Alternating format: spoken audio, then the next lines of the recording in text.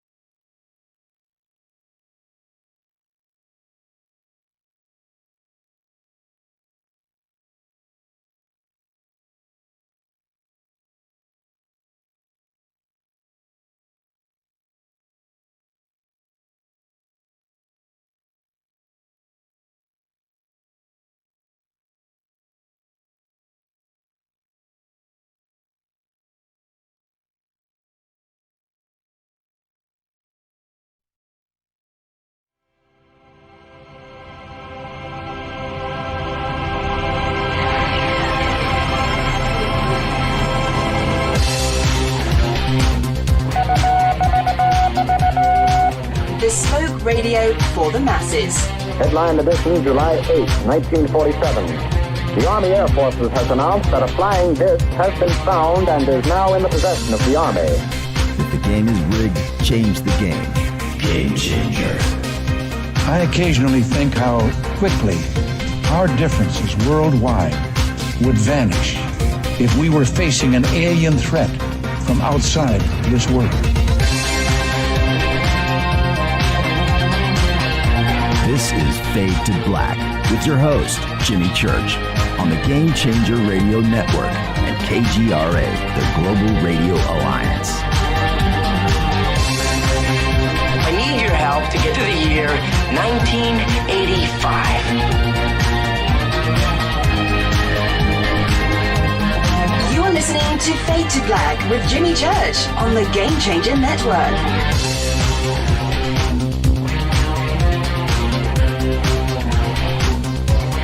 Good evening, Fade to Black, Bespoke Radio for the masses. Yeah, man. How you doing? Today's Wednesday, January 26th, 2022. 26 days into the new year, only 339 days left. Let's do this, man.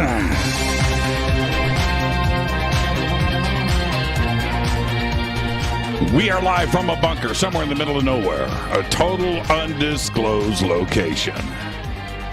But it is beautiful in here. It certainly is.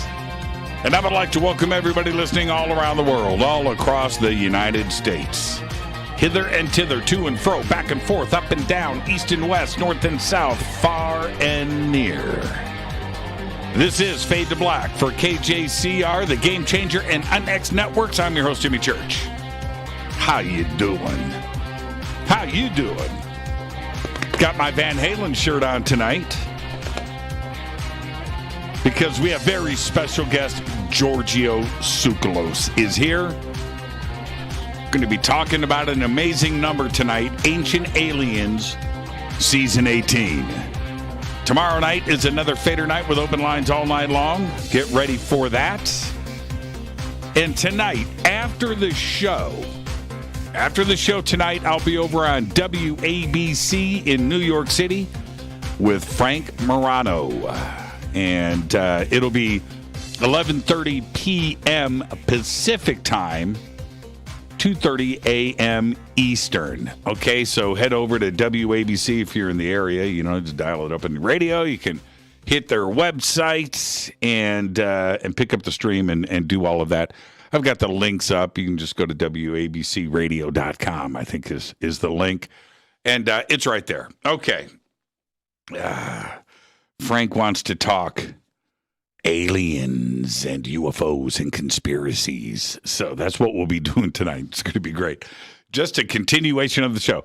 Just enough of a break between Fade to Black to brew some more coffee and get settled back in and then head straight back onto the radio. It's going to be great. So it's a nice long night. And considering, and then after we wrap, Fade to Black and then WABC, tomorrow, I will be on with Christina Gomez.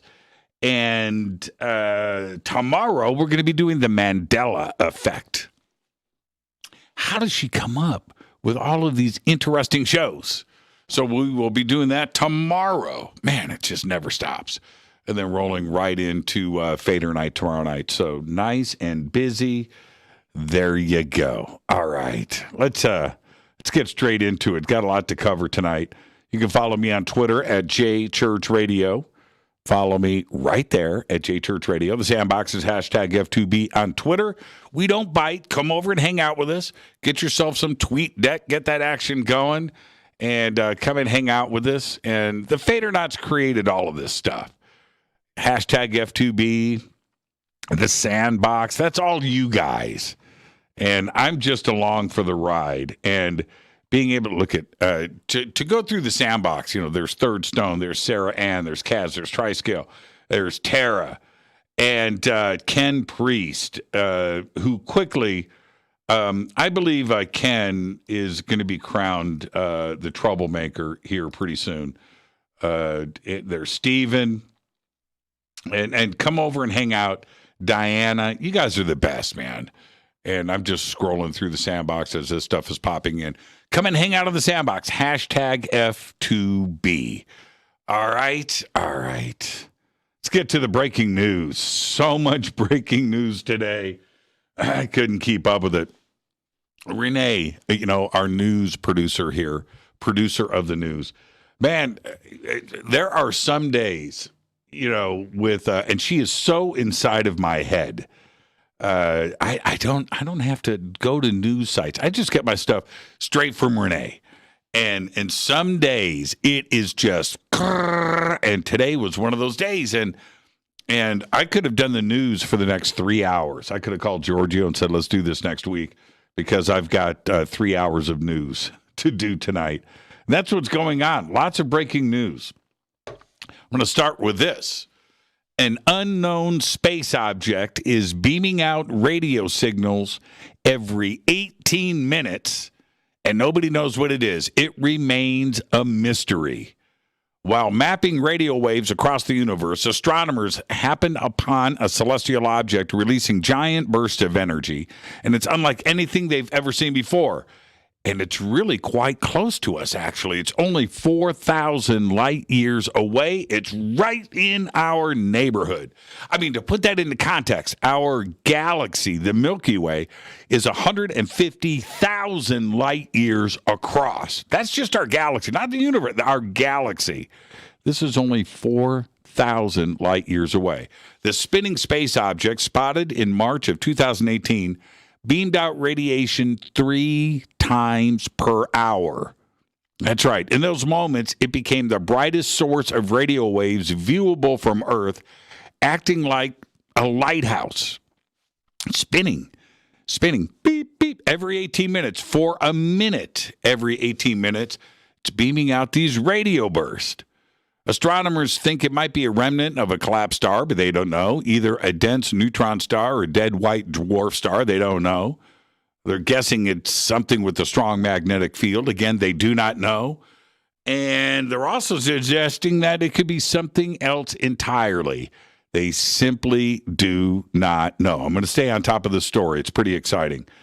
Next up, frogs. Frogs can regrow amputated limbs after being treated with a mix of drugs. Researchers in the United States said today that they were able to trigger the regrowth of an amputated leg in an African clawed frog. The technique used by the team of scientists based at Harvard University's Wyss Institute and Tufts University involved applying a mix of 5 drugs to the test frog's spike-like stump after they amputated the leg.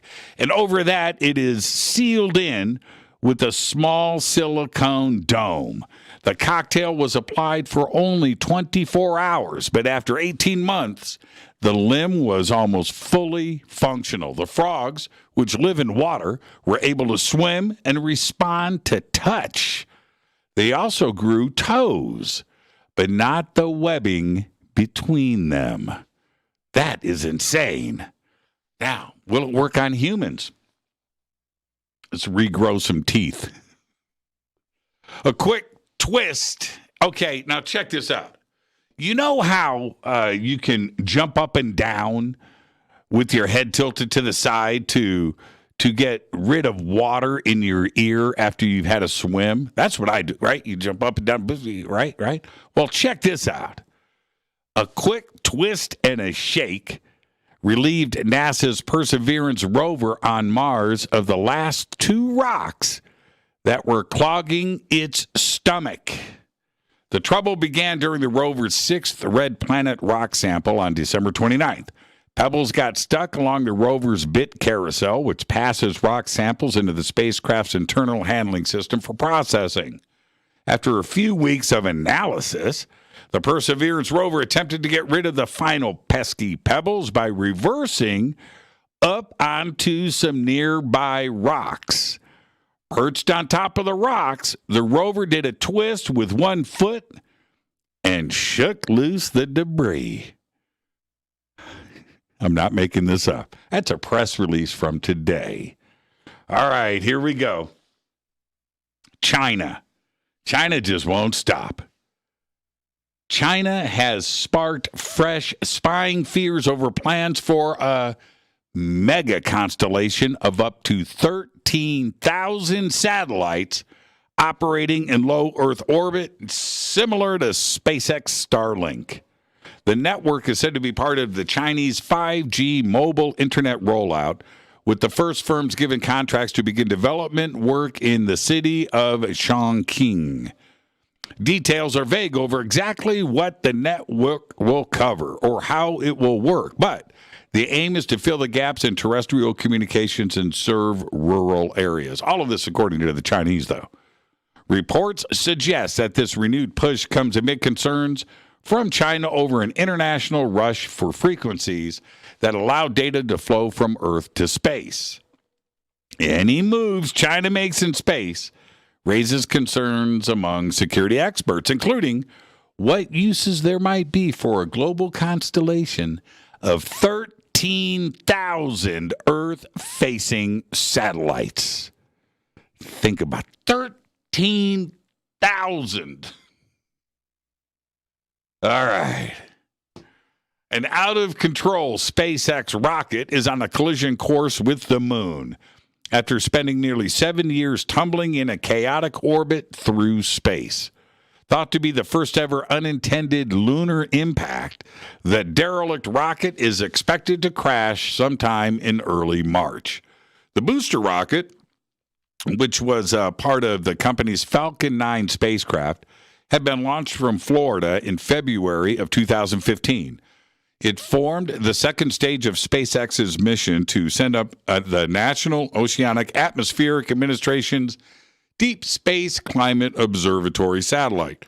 Now, the rocket, which apparently contains 4 metric tons of space junk, will smash into the far side of the moon near its equator at a velocity of about 2.5 kilometers per second.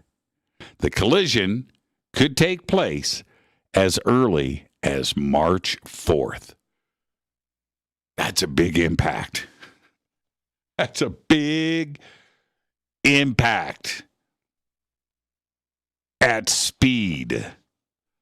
Yeah, that's crazy. I wonder if we're going to be able to see anything from here. You know, I have, do you remember a few years ago, I had mentioned on the air that I had this weird recurring vision, like a daytime thing that I was going through, sometimes at night, but I was mainly doing this.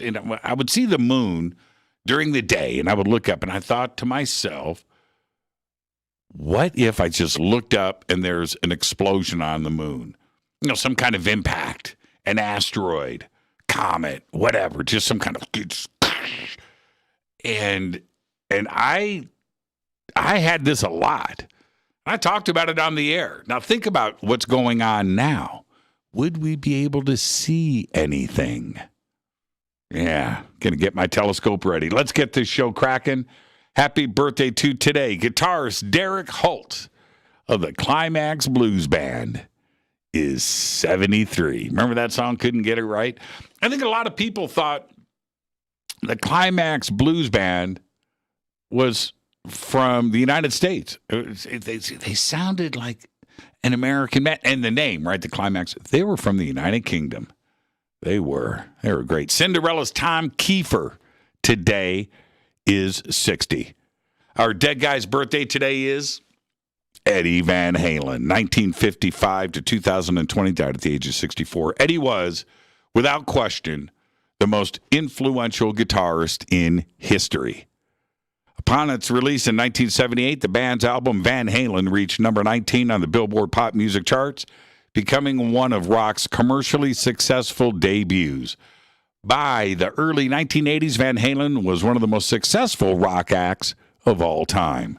The band won the 1992 Grammy Award for Best Hard Rock Performance with vocals for the album For Unlawful Carnal Knowledge. In 2019, the band ranked 20th on the RIAA list of the best-selling artists with 56 million album sales in the United States and 100 million worldwide. Van Halen charted 13 number one hits on Billboard's mainstream rock chart. Eddie died at St. John's Health Center right here in Santa Monica, California on October 6th of 2020 at the age of 65. Surrounded by his wife, Janie, son, Wolfgang, ex-wife, Valerie Bertinelli, and his brother, Alex. Happy birthday, Eddie. On this day in history, 1926, John Logie Baird demonstrates TV. 1926, the first public demonstration of a true television system. All of this happened in London, and he called it the televisor. On this day in history. Fader fact. Here you go. I got to do a book. I got to do a book of Fader facts.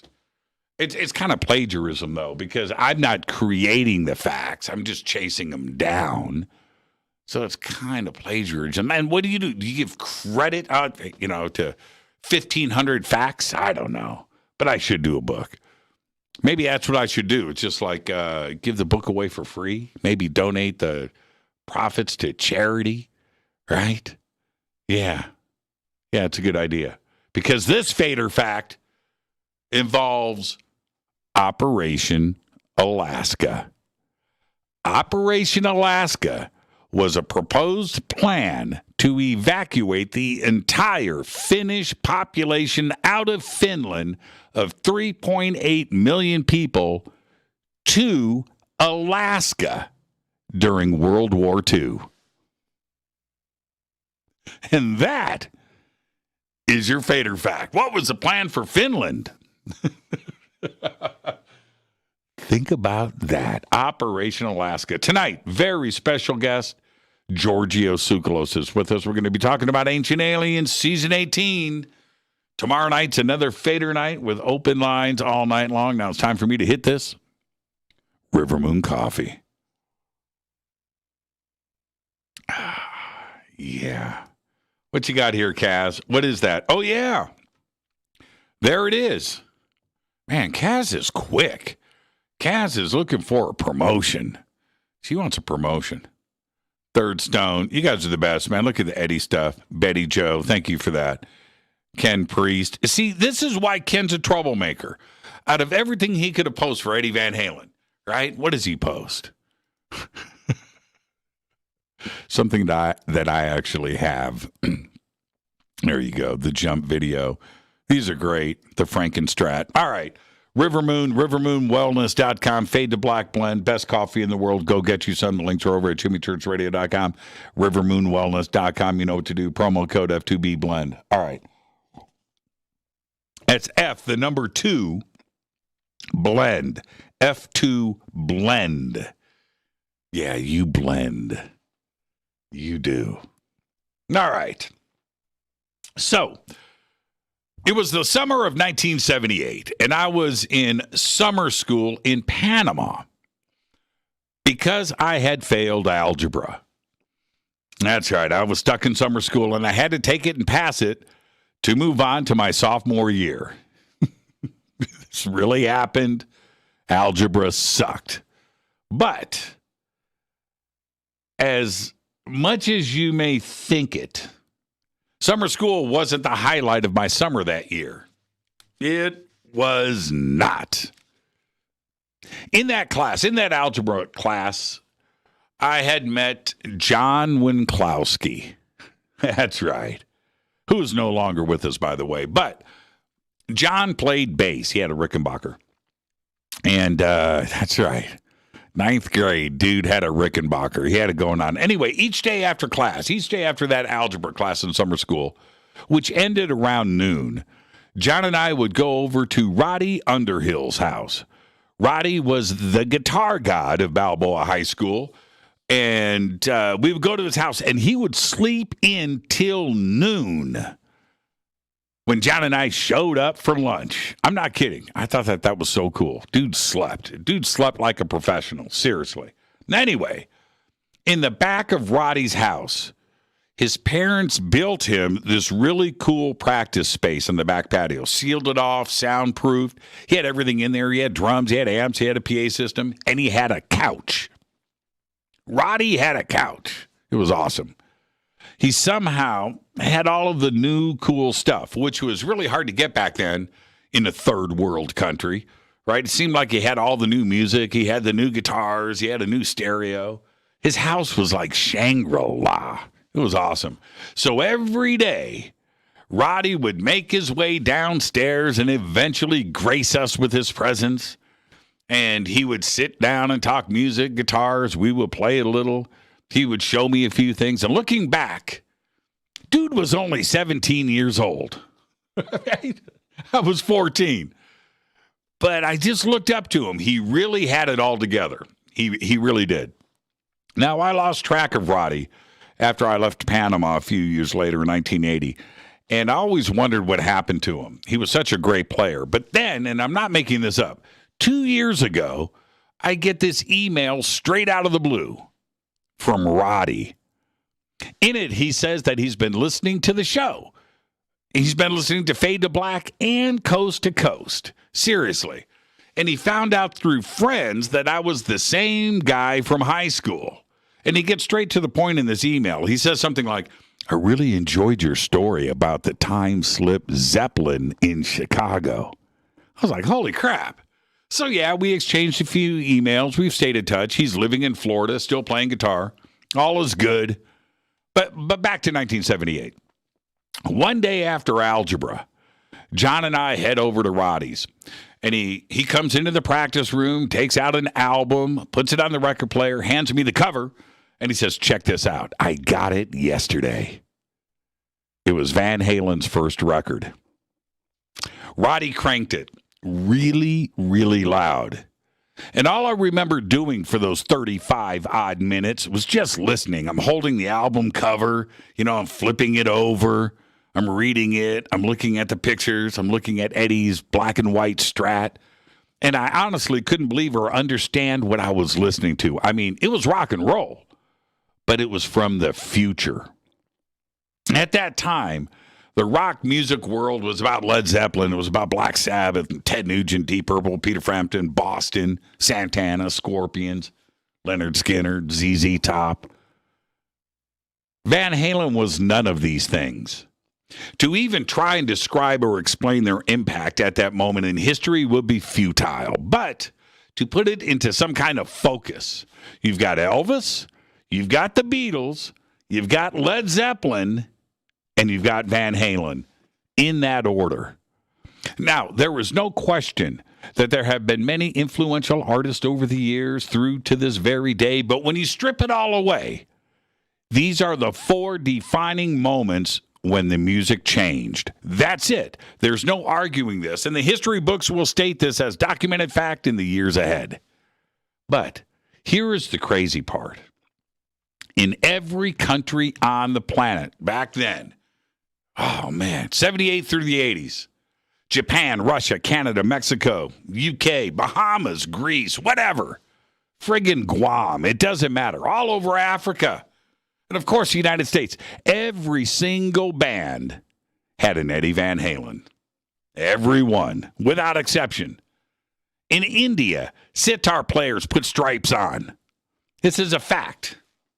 Well, I think it is. I'll have to check that out. But this phenomenon also reached into every music store around the world. Nearly overnight, a brand new segment was created in the guitar world. The humbucker tremolo guitar. The frenzy that happened was dizzying. You had to, as a manufacturer, you had to get on board or get lost in the dust. New companies were created overnight. It wasn't just about Fender or Gibson anymore. And this trend has never ended. Today, nearly every modern guitar design that isn't a Strat or a Les Paul, and Eddie's guitar was a combination of both, every single one can trace their DNA back to Eddie's Frankenstrat. And this is the impact that was Eddie Van Halen. So back to 1978. About a month later, after I heard Van Halen 1 over at Roddy's place, John and I were back for another hang at his practice pad. Roddy comes in after waking up. He's now pushing things to like 1 p.m. in the afternoon. Comes in still wearing his PJs and his slippers, and he kind of shuffles in, picks up his white Strat, plugs it in, and he plays Eruption for me. And that was that. That was it. The summer of 1978, when the music and world were changed forever. Happy birthday, Eddie Van Halen. I'm your host, Jimmy Church. This is Fade to Black. Tonight, on this very broadcast, Giorgio Tsoukalos. We are now up to season 18 of Ancient Aliens. Something else that happened to change the world. I'm your host, Jimmy Church. This is Fade to Black and the Game Changer and UnX Networks. Race Hobbs. I'll be right back after this short break with Giorgio Tsoukalos. You stay right there, kids. I'll be right back.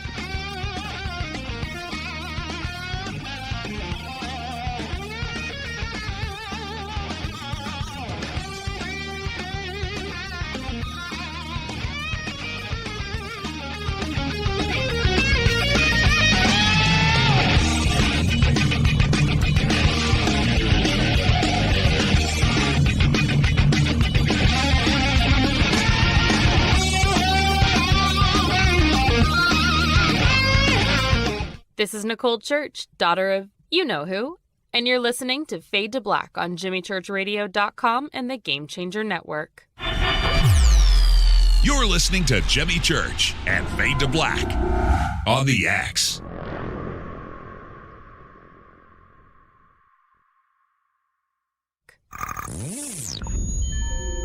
You're listening to Jimmy Church, Fade to Black.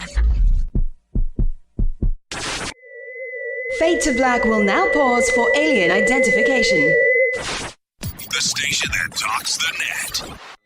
Introducing the Game Changer blend from River Moon Coffee that delivers a customized blend made specifically for the Fadernauts. If the game is rigged, change the game. It's a bolder cup with some bite. Game Changer is the coffee of choice for those that prefer an organic dark roast that is slightly lighter and milder, but it's still dark. With wild notes of pecans and chocolate with a rich, balanced, full-bodied cup that is roasted to perfection for a great coffee to start your day, as an after-dinner coffee or anywhere in between. Artisan, small batch roasted to perfection. USDA certified organic, all River Moon coffee is freshly roasted and packaged in the USA. Just go to rivermooncoffee.com or click on the banners over on our site and use the promo code F2B Blend for 15% off of your order today. rivermooncoffee.com. This is the only way forward. This is Fade to Black. Make contact. This is Jimmy Church of Fade to Black, and you can get our podcast for just $2 per month. All you have to do is click on the podcast banner over at jimmychurchradio.com. Hi, folks. It's troubling times, and fear is pushing emotions, which in turn pushes health the wrong direction. Do you ever get an ache because life is uneasy? Try Life Change Tea at wtih.com. Life Change Tea works on your digestive tract, helping to move food through quicker and comfortably so your health is spot on. Life Change Tea may not help with world issues, but it will help with your digestive issues. A glass a day helps keep the intruders away. So, change your life today. Log on to getthetea.com. That's getthetea.com. If your health game is off, get on by ordering Life Change Tea. Getthetea.com. And while you're on our site, look around at the great non-GMO organic supplements. And if you're a sales shopper, go to our specials page and see what's for you. I've been drinking the tea for 12 years, and I'm sure glad for its health benefits. Again, that's getthetea.com. Getthetea.com. The tea that makes you go. The new KUNXDB, the UNX Network, bringing you the best in paranormal programming in premium high-definition streaming audio and video. Log on to the network at unxnetwork.com and check out the growing lineup of programs, including Jimmy Church, Whitley Strieber, Micah Hanks, and many more. Sign up for the free UNX newsletter, follow the UNX blog, or pick up the latest edition of the UNX magazine. Be sure to follow us on Facebook and Twitter. So check us out at unxnetwork.com. Tap the show page and the calendar so you never miss your favorite live shows and podcasts. We are your portal for all things paranormal. The X, explaining the unexplained. 9 out of 10 geneticists agree. Fade to Black is not your father's radio show on the Game Changer Radio Network. Hi, this is Rob Reiner from Anvil, and you're listening to JimmyChurchRadio.com. What's up? I'm Chris. What up? This is Kyle Massey, and you're listening to Jimmy Church Radio.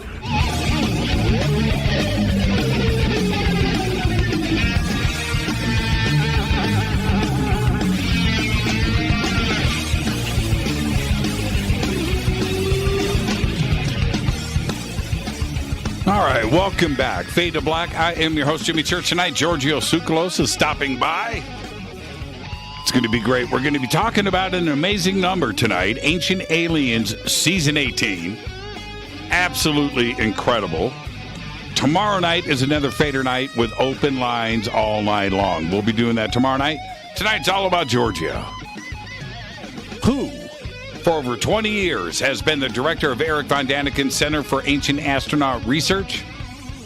Giorgio has starred and appeared in the History Channel, Travel Channel, National Geo Channel, the Sci-Fi Channel, Fade to Black, of course, and many other international television and radio programs about the latest discoveries in the ancient astronaut field. And I've got links for Giorgio throughout social media and over on the website, but I just want to get straight to it and say, dude, Giorgio, how have you been, my man? Very well. How about you, Jimmy? It's been too long, my friend, and I'm going to go straight here. How have you been keeping yourself busy? Right? I am surrounded by books, and there was a lot of things to catch up on. So I've been enjoying myself. The slower pace, and I've finally been able to catch up on a whole bunch of reading and a couple of projects, and paying more attention to my online store and things like that. So, it's all good. It's all good as we're emerging out of this craziness. Yeah. I look forward to. I'm just. I think Giorgio has accepted my invitation for himself and his better half to go and chase some UFOs with me. And you know what? On a serious 10-cent tip, that would be a very extraordinary, dinner, and we'll do all of that stuff, but head out into the Mojave Desert with all the gear and just see what happens. Are you prepared for something crazy? Well, absolutely. And if I'm not, and invitation accepted, and absolutely. But here's the thing. Wasn't it with you where we showed up at Contact in the Desert for your first live broadcast, where we walked in with Jason Martell, hi Jason, and with Erich, hello Erich, and myself. We kind of crashed your first broadcast, and then that same evening, and I think it was that same evening, was that time when Ed Grimsley was giving out his night vision goggles at the time, or you could rent them and whatever. And then 10 minutes before or after Erich had said, I'm going to sleep now, there's no UFOs for me to see, 30 of us saw two, or at least one UFO. The one was in the Big Dipper, and then Ramon, I remember telling me that he saw something else flicker across the horizon. But I think that was the same night. So, it was. Crazy Town broke out, and here's the thing: that particular night that you're talking about, we all take selfies. My prized selfie is the one with the four of us together. And you and Jason, that's one thing. You guys are young, hip, and cool. Erich's face, get out of here. Yeah, Erich's face in the background of that selfie and that smile, it was just a moment in time. And yeah, that's right. You guys crashed it, and then everything broke loose. And there was two. I want to remind you of this. I know that Jason has talked to you about this. I think one year you were there. But and I'm sure Jason is listening right now, and you're right. Hello, Jason. Jason comes out, and we're at the same spot, right, where that went down. And this is a year later. And, man, the craziest stuff, right, just appearing in the sky and the crowd yelling and screaming. And when you go through a moment like that, it's a game changer, isn't it, when you see it for yourself? It really is, and what was interesting is that some people thought that that this was my first time that I had seen a UFO, but the thing is that I had come forward publicly to mention that I had seen something that following day, because Ed Grimsley, in fact, I had met him on a previous occasions years before that night at Contact in the Desert, when I used to live up in San Francisco in Sausalito.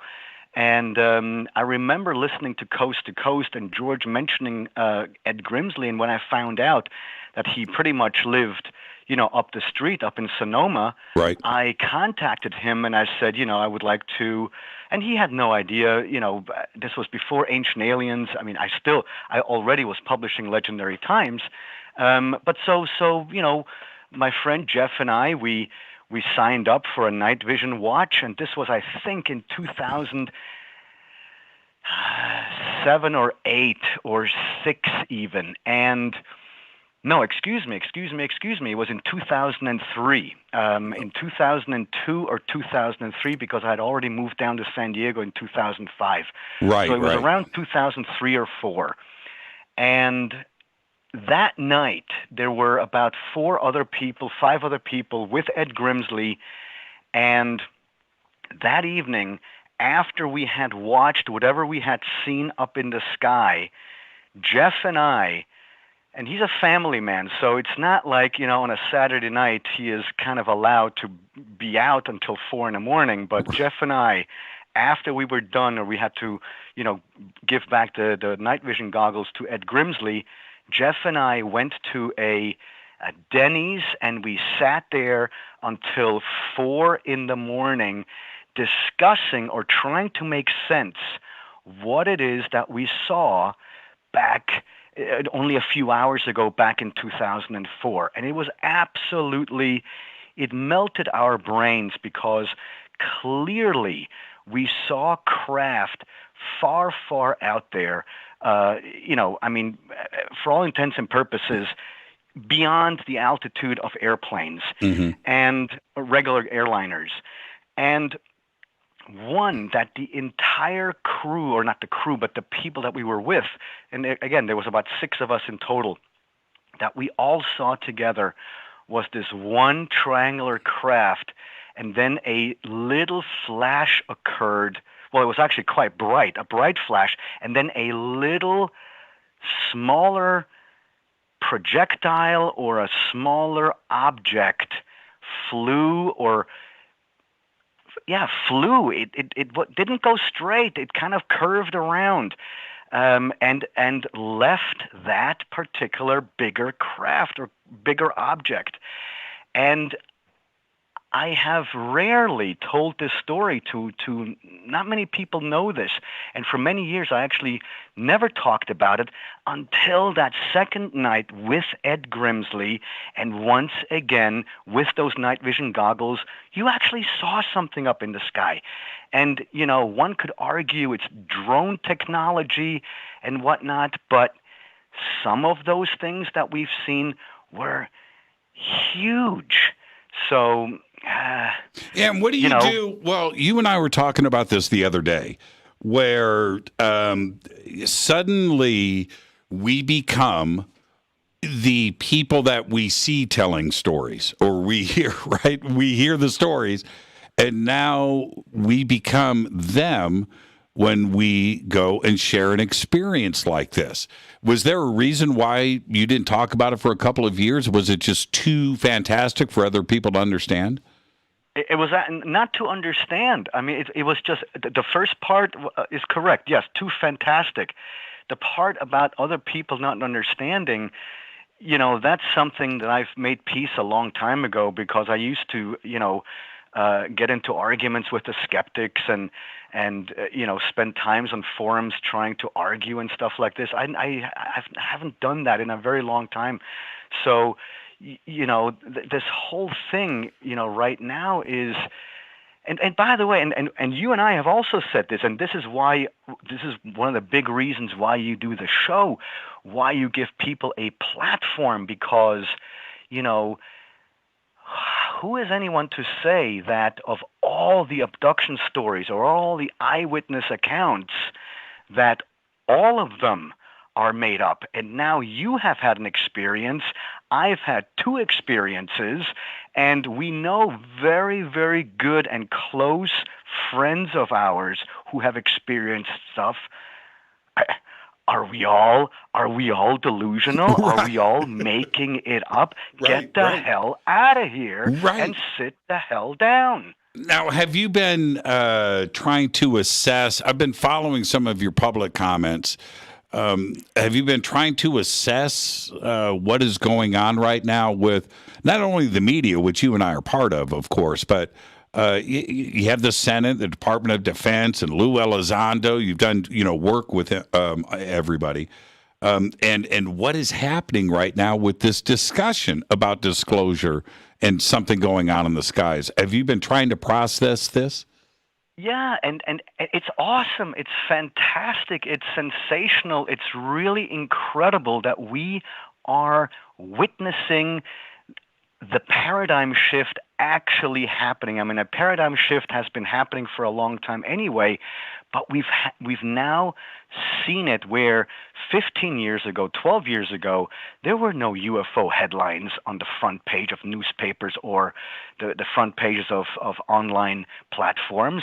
Now, not a week goes by when a new type of a commission is formed or a new report comes out or new investigations are done and new information comes out that, the quote-unquote inner circle, we were all aware of this and knew about this, but now the time has come where these things are being discussed. And so for anyone to say that what's happened in the past 6 or 8 months, that was a big nothing burger, to me is strange because, yes, maybe to you and me and to people who have been following this and actively, closely researching this, of course, some of the things that have come out recently were not new to us, but the rest of the planet, this is incredible. And like I've always said that, disclosure is not one event. It's not one press conference, in my opinion. It's a process. It's a shift in opinion and in perception. And we're right in the middle of that.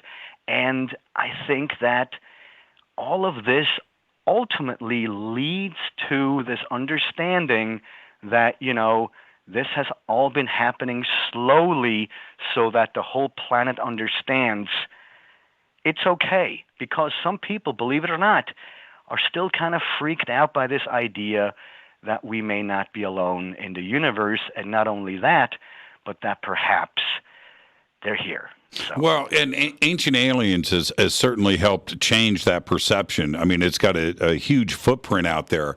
But I remember, I want to take your memory back a few years, maybe 5-6 years. But you and I, we were having dinner, and you had said to me then, you go, Jimmy, I'm not a UFO researcher. You know more than I do about this. I'm into ancient history. I'm not a UFO guy. And do you feel different about that now? Are you more of a UFO guy now than you were in the past? That's awesome that you would bring that up because I read an article that I wrote 15 years ago in which I argued that there's a difference between modern ufology and UFO research and the Ancient Astronaut theory. And that's an article I wrote 15 years ago. And today, if I could have a talk of my 15 years ago, then I would say, slow down a moment here because,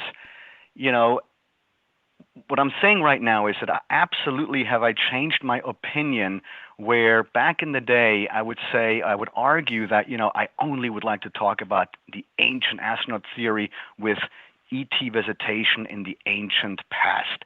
Well, today, with everything that's going on, and especially what's happened over the past 15 years, the one big change in my mind has been where you can go at old lectures of mine from 20, 25 years ago in which I say, the aliens left and then, they were ancient astronauts and then the modern UFO phenomenon began with, Roswell in 1947 or whatnot. Mm-hmm.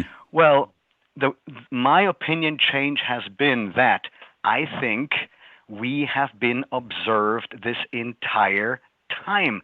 And this is why we have these carvings and paintings, for example, in the Middle Ages that depict really strange discs in the sky or beams coming down, or in Nuremberg or in Basel, one of the broadsheets reported on 2 different occasions these giant crosses and triangles and orbs up in the sky and arrows flying that they themselves described as gigantic in size. So, Ancient Aliens, I got to be honest with you, has also helped me open my mind, because we are discussing topics and subjects beyond the classic ancient astronaut theory. And I think that is one of the reasons why the show has become so popular, that we have, as Kevin Burns used to say, we have broadened the tent, and it's working, because this whole idea that only one theory is correct and then you are wrong and he is right and she is wrong and yet, no, we should all look at these things from a mutual perspective to see if there is an underlying thread.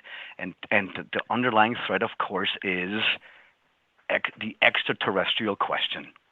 When you go and I'm speaking of you personally, and I want to throw Jason into this and others, Childress and the crew, but when you and of course Erich, when you look at those woodcuts, right, Nuremberg or the Renaissance paintings, and you see some of these things or cave art or sculpture, but you look at what is depicted there.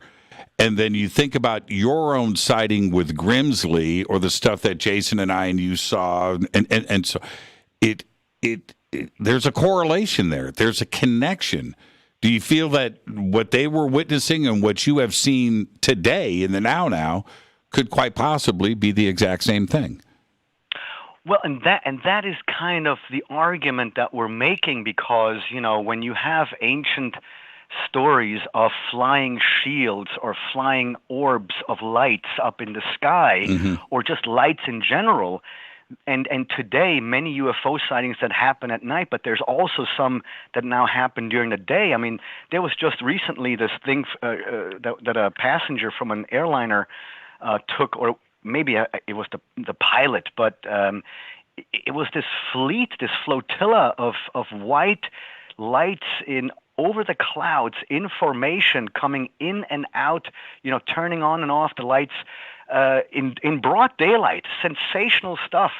So imagine now that, today we can say, okay, this could perhaps be of technological origin, or it's flying, it's up in the sky. There could be some type of an explanation for this. And the point of the ancient astronaut theory is that we try to look at it from a perspective where we take into account what was within the realm of the technological frame of reference of our ancestors. Right. And so if you all of a sudden have lights in the sky that are moving from point A to point B, well, that's something extraordinary from them knowing, hey, the night sky has fixated stars. They're there, and they move, obviously, but they don't move at that speed that they would from time to time report in some of those either legends, or later in the years they would write it down in public records. And so, yes, absolutely, am I suggesting that some of the visitations that we are witnessing today perhaps are the same visitors that we've had 5,000 years ago? Because if they are able to travel to close to the speed of light, and whatever, exotic transportation system they may have, I look at it from an Earthling perspective, what's possible or potentially possible for us. So let's say they can travel close to the speed of light. That would mean if only 5 years elapse on their spaceship, up to 5,000 years or so can elapse here on Earth, depending on, of course, what speed they go. So this means that they can only have gone for a jaunt of maybe 2 or 3 years, but on Earth, hundreds, if not thousands of years have passed. This is a mathematical equation called the theory of relativity by Einstein, called the twin paradox phenomenon, that explains that in a roundabout way, time travel is possible, looking at it from that perspective, because we can leave on Earth with a spaceship that travels close to the speed of light. On the spaceship, 2 or 3 years pass, and on Earth, thousands of years have passed. So it's an amazing thing, and we have ancient stories, like, for example, the WB-44 King's List of the Ancient Sumerians, where some of those ruling times go back up to 162,000 years combined. It's crazy. Yes, it is. It is. And when you start to throw all of this together and you look at what possibly may be going down right now with our own government in Washington, D.C., do you think that disclosure is something that is a part of our, future very quickly? I don't know about very quickly, but a disclosure is definitely on the horizon, right? Especially of everything that is being said. Because, see, one thing that also I don't understand, or I'm having a hard time grasping, where everybody says that it's a nothing burger and not significant. I mean, we all are in I would hope, in command of the English language. And what that report said is, we have all the explanations, and the one explanation that we are not mentioning in this report is pretty much the extraterrestrial answer. That was the only thing in the entire report that is not listed. So, I mean, if everything is listed and then that one part is left out and it's put in the quote-unquote, as they call it, the other category, right, because that is that last category, other. That term, quote-unquote, other, should be exchanged, or for all intents and purposes can be exchanged for the term extraterrestrial. And there you go. There is your report. And if you disagree with this, then that's fine. I don't care. And by you, I don't mean you, Jimmy. Right. I just mean anybody who said that, it doesn't say extraterrestrial, so that means it's not extraterrestrial. I mean, really? Yeah, and do you think that was done by intention? Almost like an underarm softball pitch, right? Sure. Yes. Test the waters. See how it is. And I don't know. Again, none of these reports are made or are being released with us in mind. We've talked about this for years, and the fact now that these things are all of a sudden being actually discussed in public, now all of a sudden that is the conspiracy. That's how weird this whole thing has become. That here we were for 20 years, or I started this professionally in 1998. Since then, and even years before I was interested in this, I said, wouldn't it be cool if the world talked about UFOs as we are talking about it today? It didn't happen, and now it's happening, and there's, that's all just, it's a conspiracy too. I mean, how cynical have we become? See, this is what my not gripe, but, why have we become so cynical? Something good is happening as far as the extraterrestrial question and its potential acceptance. And here we are, and by we, I don't mean you and me, but there's, a few, there's some crowds out there who are absolutely, they're burying everything they can. And it's sort of really become ugly. And why? I mean, 10, 15 years ago, we had discussions, and today it's just like, one screaming match after the other, and artificial outrage. And, you can say the sky is blue on a blue day sky, or a blue sky day, and people will, lose their minds. Yeah, they will rip you apart. Right. And I've got to take a break here in about 15 seconds. But here is the funny thing about this. In any other year, Giorgio, these headlines would be the biggest things in the history of the world. But we're in the middle of this pandemic and all these other crazy headlines. What a convenient time to talk about UFOs, right? And I find that very interesting. I completely agree. Yes. Let's take our break right here. Our guest tonight, the one and only Giorgio Tsoukalos. When we come back, we're going to pick it up. We're going to start talking about Ancient Aliens Season 18. It is here. We're in the middle of the season now. It's going to be a great night. Giorgio is with us. I'll disclose a little more about Giorgio when we come back. He made a request before the show tonight. I'll tell you all about it when we come back. This is Fade to Black. I'm your host, Jimmy Church. Stay with us.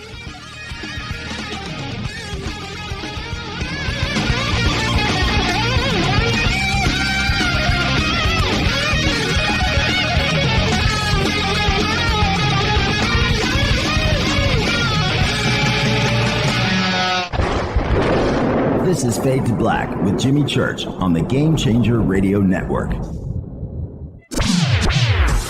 Your 1 million gigawatt paranormal powerhouse, KUNX-DB, VX. This is Billy Carson with ForbiddenKnowledge.tv. Forbidden Knowledge TV has just reached its 1-year anniversary. That's right, 1 year. And as a show of appreciation, we are giving all new subscribers a free 30-day trial of ForbiddenKnowledge.tv. That's 30 days to binge watch thousands of movies, documentaries, conferences, workshops, lectures, yoga classes, meditation courses, and so much more. So log on to ForbiddenKnowledge.tv from your computer or mobile device, or get the Forbidden Knowledge TV app on Apple TV, Roku, Amazon, iTunes, or Google Play today, and use coupon code 30daysfree. That's coupon code 30 days free on ForbiddenKnowledge.tv today. Because you never got that pony you always wanted. Damn it. Jimmy Church and Fade to Black on the Game Changer Network. Listen, I know, and you know, that you've always wanted your first crystal skull. Or maybe you're a collector just like me, but you just don't know where to go to find the real thing. Then I met Carolyn Ford over at EinsteinTheCrystalSkull.com. Carolyn is the guardian of Einstein, one of the most respected ancient crystal skulls in the world. All of her unique skulls have been imprinted sitting with Einstein in his sacred lodge and are carved from the finest gemstone and materials. Imprinting is the process of receiving the ancient wisdom from the master skull or master computer. Einstein, the ancient crystal skull. To see Carolyn's current collection of crystal skulls, just visit her store at EinsteinTheCrystalSkull.com or click on the banner over on our site. Don't forget to use the promo code Jimmy at checkout to receive 10% off of your order today. That's promo code Jimmy. Finding your first or next crystal skull is easy. Just visit EinsteinTheCrystalSkull.com. When you take the beans from Central America with dashes of Indonesian and African mixed in and then roast it to the dark side of Fade to Black, you create the ultimate brew of fringe. Introducing the Fade to Black blend from Rivermoon Coffee. Yes, Rivermoon's darkest customized roast was created for the love of Fade to Black. The alchemy of masterful roasting and smoking the beans is in every sip of this full-bodied, dark Java. I need my coffee dark, deep, with distinct bittersweet chocolate highlights, just like the bunker. Leaning further into the darkness of the roast is Fade to Black blend from Rivermoon Coffee. Just click on the banner at jimmychurchradio.com and use the promo code F2B Blend for 15% off of your order today. Hello, I'm Katie and you're listening to my main man, Jimmy Church, on jimmychurchradio.com. Hi, this is Ray Hobbs here, repping the planet, and you're listening to my good friend, Jimmy Church, Fade to Black. This is Toby Kebbell. You're listening to jimmychurchradio.com. Don't hurt me, Jimmy. I'm only little. Hey, I'm Adrian Grenier. And this is Ari Gold. We're the Honey Brothers. We're of the Honey Brothers. Hey, I'm Adrian Grenier. And I'm Ari Gold. We're the Honey Brothers. And you're listening to Jimmy Church. The Revolution. This is Jimmy Church of Fade to Black, and you can become an official Fadernaut by just going to our membership section at jimmychurchradio.com. Hello, this is Serena Wright Taylor from Conscious Life Expo, and you're listening to Fade to Black with Jimmy Church, who holds the Lucky Pony record for the best astrological chart since 1963. True story. This is Micah Hanks of the Gralien Report, and you're listening to Jimmy Church on Fade to Black.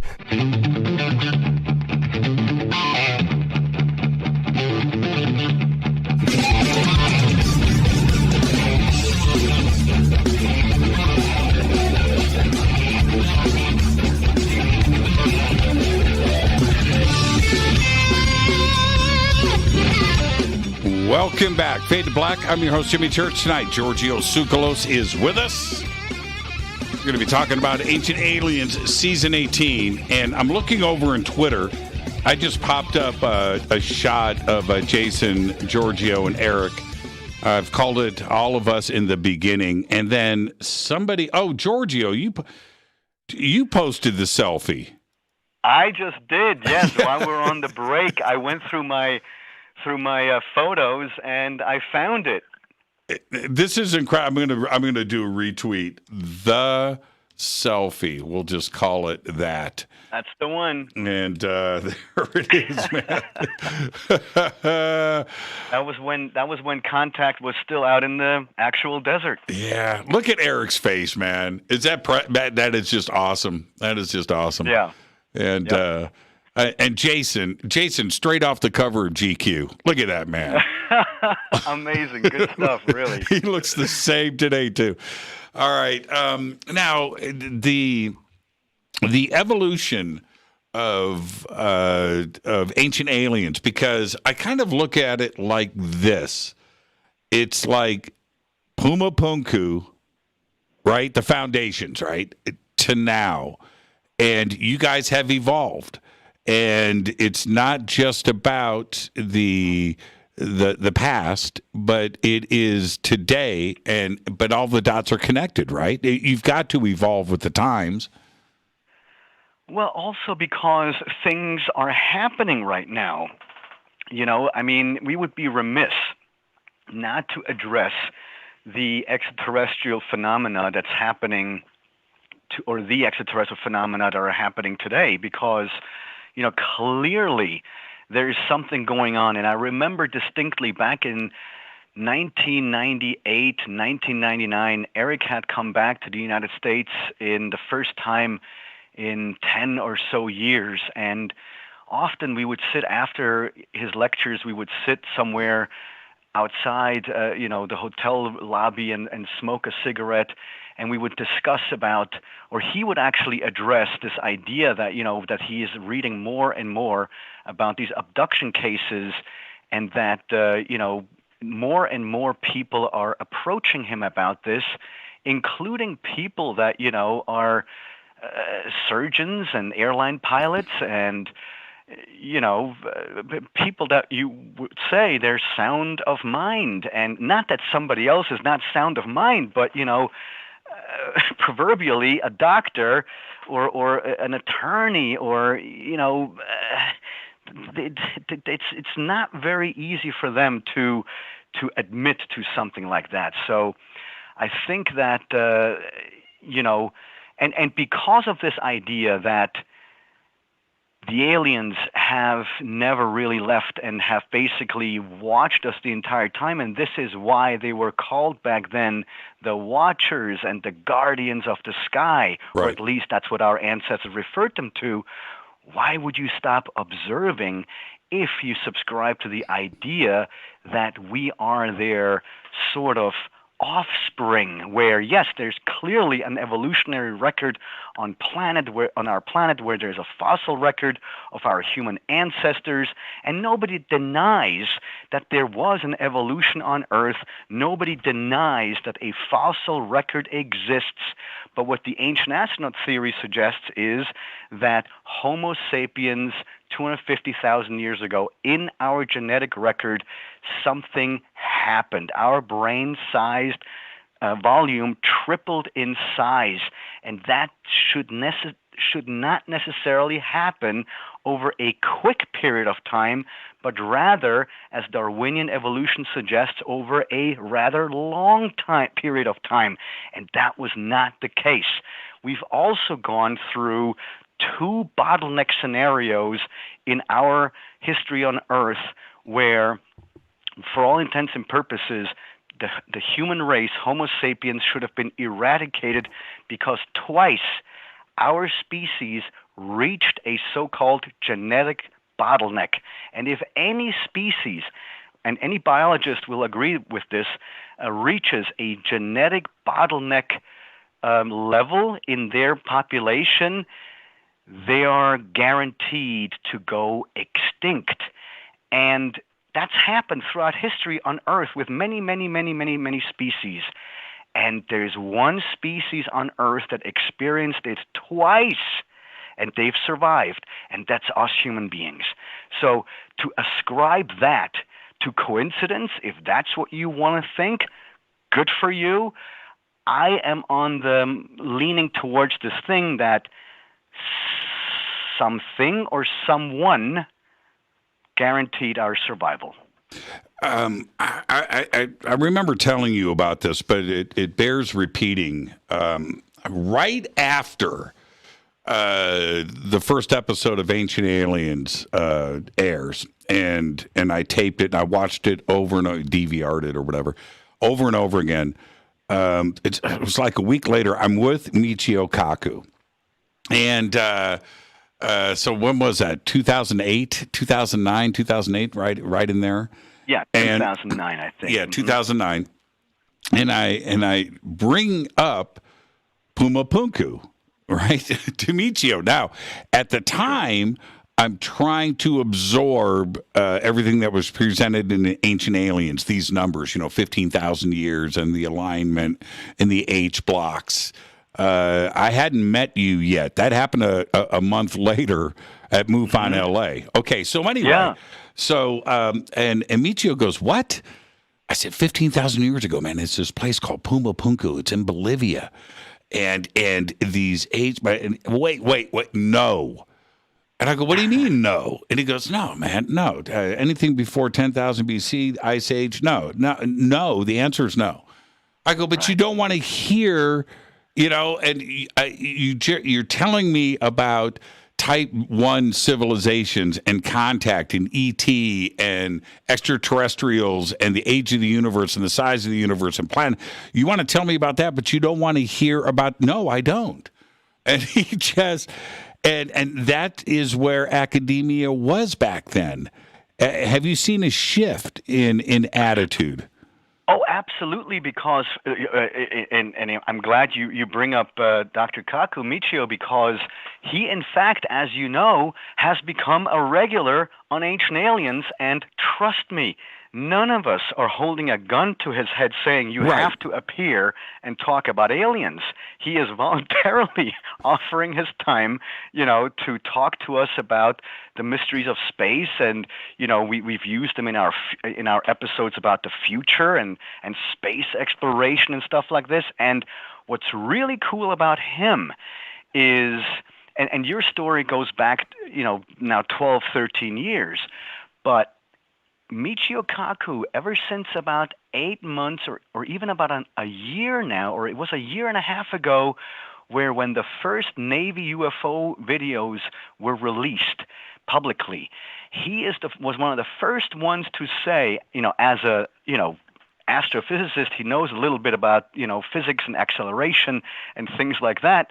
And seeing these videos where these objects accelerate and change direction and come to an abrupt stop at such speeds that he was able to calculate the speeds, he was saying now, and I quote, "It is now up to us Earthlings or scientists to determine or to put forth evidence that this is not extraterrestrial, because what else would it be?" I mean, that is now what he is saying, that what we are seeing is so far advanced that he, as a physicist, cannot explain this technology away with earthly origins. Now, what about things like Pumapunku and some of the other ancient evidence out there? Have you had a chance to speak to him about that? I have not, but another person in academia, and whose name I will not mention because they don't deserve that, is where, for example, and it's a very odd situation because I would love to have this conversation with Michio, of course.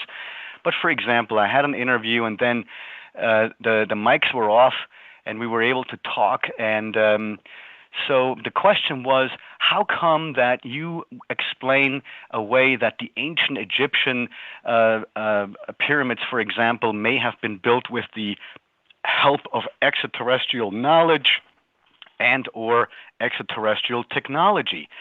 And why are you not suggesting the same thing for the Colosseum in Rome? What? What kind of a question, first of all, is this? And second of all, the question illustrates to me that you've not really, familiarized yourself with the topic because, first of all, they're thousands of years apart, number one, and two, the manufacturing style or the masonry style of two of those monuments is vastly different, where one is truly megalithic and monumental in scale, and I'm just going to say it. The Colosseum. It's kind of. I mean, it's great. It's fantastic. But no, you don't need extraterrestrial knowledge or tech to build a Colosseum type structure because the stones used for the Colosseum were tiny compared to what you have, at the pyramids. So sure, that was transported with ropes and pulleys and moved around like that. No problem. And I've never denied that. In fact, I've never said that any of the ancient structures were built by aliens. Of course, it was human beings who did it. But to suggest that, we are talking about extraterrestrial influence on ancient Egypt, but we're not talking about that in ancient Rome. Well, it's preposterous because, first of all, the ancient Romans took over the pantheon of gods from the ancient Greeks, and we have 100% always maintained and proposed that the entire ancient Greek pantheon of gods is based on ancient astronaut theory, and that Zeus and Apollo and all of these ancient deities were a derivative and based of an extraterrestrial visitations in the ancient past. Yeah, and one of the incredible things for me when we discuss Rome and Greece versus Egypt, everybody needs to put this in context, Giorgio. Again, not you and I, but like this intellectual that you spoke to off camera, is this. The pyramids, if we follow the timeline of Egyptologists, right? Okay, so let's say 2650 BC, Giza. All right, 2650 BC. Rome and Greece didn't happen for another 2,000 years. 2,000 years. And absolutely. And Rome at 400 BC wasn't Rome.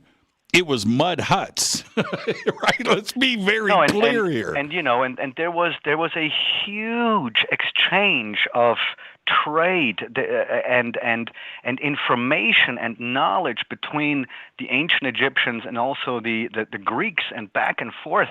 And as we all know, the Romans, enslaved the Greeks, but the way they were quote unquote enslaved is that the Greeks were the Roman teachers. So it's all, and then to suggest that the Romans, they too needed the. What we've also, for example, suggested on Ancient Aliens is that the Romans too, by the way, built stuff on top of older foundation walls that date back to pre-Roman, pre-Greek, and even to Babylonian times. I mean, if we look at Baalbek, for example, exactly, where we have one of the biggest stones on Earth collected, into a gigantic platform. Well, yeah, the columns on top of that are Roman. Yes, absolutely, and they erected them themselves. But the bottom line is that those columns came later, and the platform consisting of trilithons at the bottom, that's thousands of years older than the Romans and the Greeks and anybody else that came before. And that is the whole point.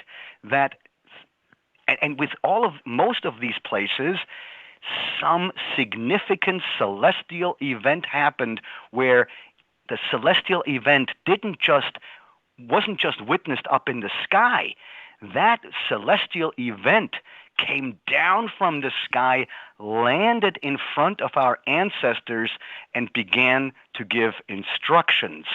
That is why these places have become so important in our human history.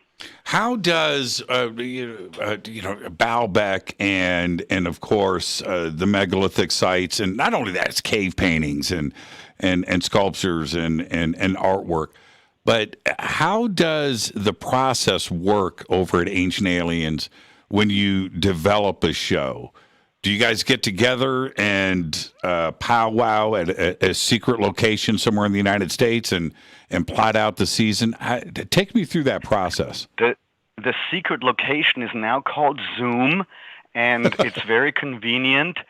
So, we have at the beginning of each season, we have, like you just said, a powwow of all the contributing producers being on one Zoom call with our notes of topics and ideas. And this is how we then distill our topics for the season. And then the writers go ahead and start writing, and we provide the different topics.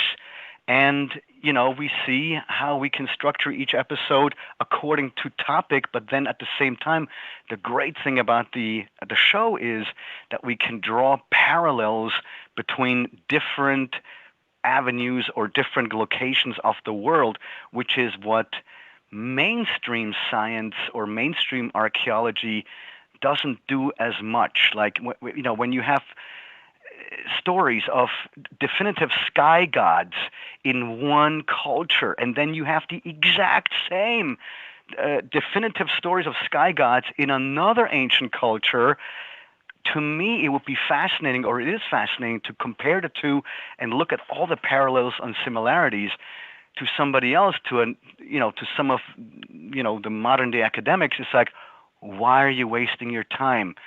It's all based on primordial ideas anyway, so this is all fantasy. See, and this is where our viewpoints diverge, because, yes, of course, over time, stories get embellished and expanded upon, but the core is always the same. Someone descended from the sky and helped our ancestors as our first teachers. And since when is it wrong to suggest that at some point at the very beginning we've had teachers? It's a wonderful idea. Now, who is the core group? We've got William Henry, yourself. Who is the core group that sits on the Zoom call or sits around the table? That David Childress is part of it, then Nick Pope, right, and then Carolyn Corey, right, and Linda Moulton Howe, and I think Michael Carter. So basically everybody that you saw at that on the round table, and then of course also the showrunner David Silver and the head writer Max Thompson. They're doing an amazing job. I mean, Max and David have been, they've been with us since season, I think, 2 or 3. So amazing what Prometheus is doing. And I'm incredibly grateful for the opportunity given continually by the History Channel. I mean, they too are very courageous for them to keep airing the show. Now, and each one of them brings a very interesting perspective as an individual, and that's very interesting. And by the way, Linda just turned 80. Doesn't she look amazing? Amazing. And isn't she so sharp still? It's fantastic. I love her dearly. 80 years old. Now, but everybody's got their own thing that they can bring to the table. But who's got the voting power? I want to know right now on the air. It's the network. Oh. In the end, it's the network. I mean, we are contributing producers, contributors, but in the end, it's the network and Prometheus. And I mean, I look at rough cuts and I have a say in pictures, or if there's a wrong pictures and stuff like that. But and that's with many, with many properties that ultimately it's the network or the production company, and that's how it is. That's how it always was. Yeah, it is. It is. It truly is. Now we're going to head towards a break, and I want to set up for what I would like to discuss after the break, which is this. I brought up Puma Punku earlier, and is it still the one thing that you will bring up when somebody says, okay, well, what have you got? Well, there's Puma Punku. Is Puma Punku still the core for you when we look at the ancient past, or has that changed? It has, yes, it's still the same, but I came across something recently where I've always been enamored by the Osirion, and it seems as if the Osirion may have a twin. Excuse me? Yes. Giorgio. Excuse me? Yeah, and it's about 350 miles south of Giza or of Cairo, where the famous Osirion is. But there is another megalithic structure, a monumental structure that is 350 miles south, and some of the blocks there are 1-to-1 identical to the block cuts, the blocks cut at the Osirion. Now, what is this site called? Okay, so the site is called Qasr. Hold on. Have you been there? No, I have not. No, okay, I have not. It is called.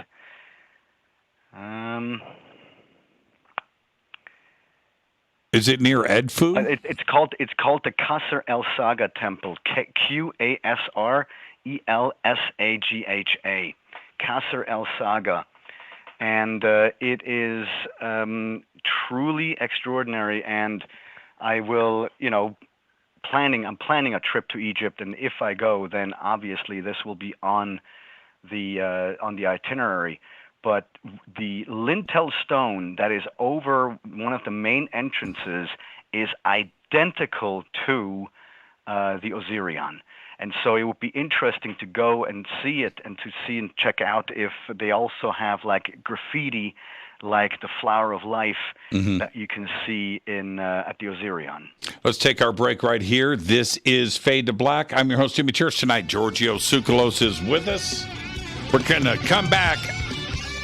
I want to talk more about Puma Punku, what's going on in Bolivia, but I also want to talk about Göbekli Tepe. We'll do all of that after this short break. Stay with us.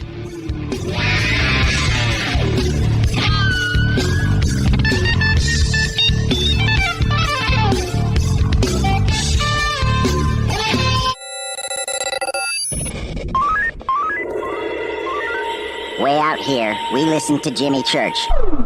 You're listening to Fade to Black. You're listening to Jimmy Church and Fade to Black on the X. ¿Qué tal, mis amigos? Yo soy Mario Carson, el tiburón, y los invito para que escuchen a mi buen amigo Jimmy Church Radio. ¡Claro que sí!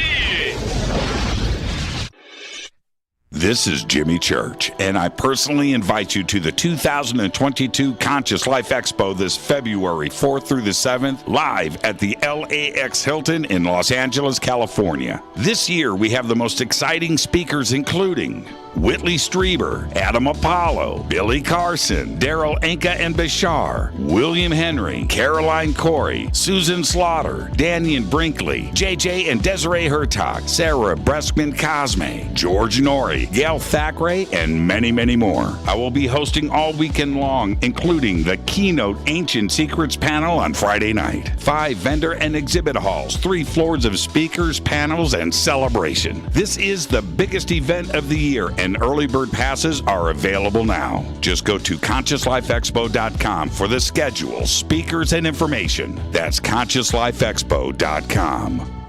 Do you want to be an official Fade or Not? Of course you do. This is Jimmy Church of Fade to Black. Just go to our membership section at JimmyChurchRadio.com. Fade or Nots. When you think about the future of our country and where we're headed, do you wonder about the food supply? I do. Disruptions in the food supply chain could be disastrous, and they usually occur with little warning. That's why the smartest thing you can do today is to stockpile emergency food, water, and other essentials. I personally recommend My Patriot Supply. They're the nation's largest emergency preparedness company, serving millions of customers for more than a decade. In fact, they're the only source my family trusts for our preparedness plan. You should too.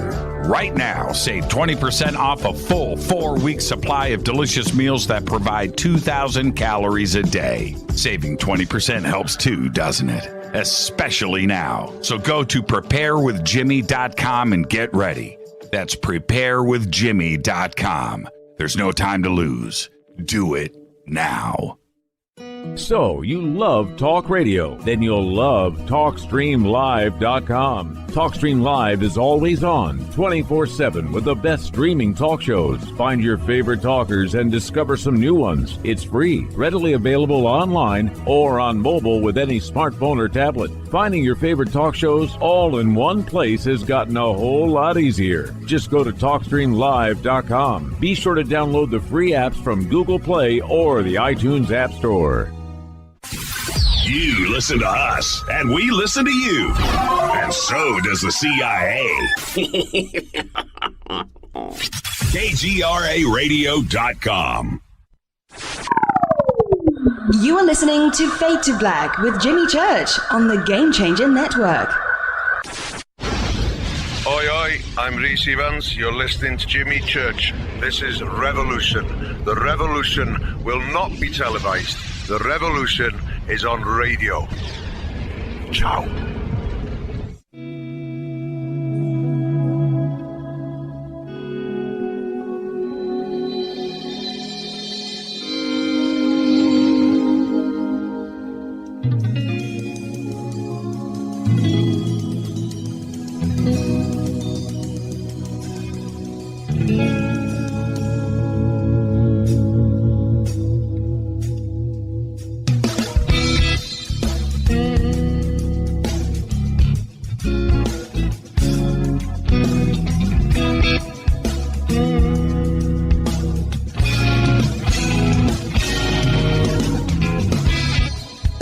Welcome back. Fade to Black. I am your host, Jimmy Church. Tonight, Giorgio Tsoukalos is with us, talking about Ancient Aliens Season 18. And Giorgio, I noticed in the 2 pictures that we posted, you did the selfie, and I did the other one. I called it In the Beginning. I just noticed those were a year apart. We're wearing different clothes. Okay, good. Yeah. It's a year apart. I thought it was. Right. I thought it was the same, but it wasn't. Those either that or we changed between shots. But those were a year apart. They absolutely were, for sure. Yeah. You know what's really funny? Before I do want to get into some comparisons between continents here, and I'm talking about South America and what is going on over in the Middle East. But last summer, Erich reached out and said, "I would like you to be on my podcast." And I was like, "What?" Right? Okay, so I did. I'm sure you know it's not that big of a deal. Well, it was a huge deal, but that's not my point. Erich's first question to me, check this out. He goes, "So Jimmy, how'd you get into this?" And I said, "Dude, you." and his impact, you know, and I really had to just go straight there and let him know that I'm not the only one that's got an Erich von Daniken got me started in this thing story. His impact has been tremendous, hasn't it? Not only, you know, with you, but just about every researcher that is into this today, and including the fans that follow what we do. They've all got the same identical story. It was Erich. No, it's really amazing, and he sends his love. By the way, he's healthy, and he is writing his newest book. I mean, the guy, you know, he just keeps churning them out. You know, and in fact, the book that he's writing right now is all about religion and organized religion, and what the reasons may be why we have organized religion and the many ways in which organized religion is wrong. So right up our alley. Yeah. And go ahead. He's said this many times to myself and to you and to others that's his foundation was translating the Bible, right? And if anybody understands what is going on there from that context, he's been doing this since he was a kid. Right, and his point there was, or his eureka moment came when he was translating these Bible texts from German to Latin and Latin to Greek, and then from Greek back into German for Latin and Greek class in high school, or even before in middle school even. And, right. You know, all of a sudden he came across passages of a so-called war in heaven. And he always says that as a young boy, just the sentence alone that there was a war in heaven, it gave him pause. And he wondered, or was curious, why would there be a war in heaven or stories of a war in heaven if, you know, my teachers or my theologians or my priests and the Jesuit priests that are teaching me these things are telling me how wonderful heaven is and it's paradise and it's wonderful. So a war in heaven is a complete and utter contradiction.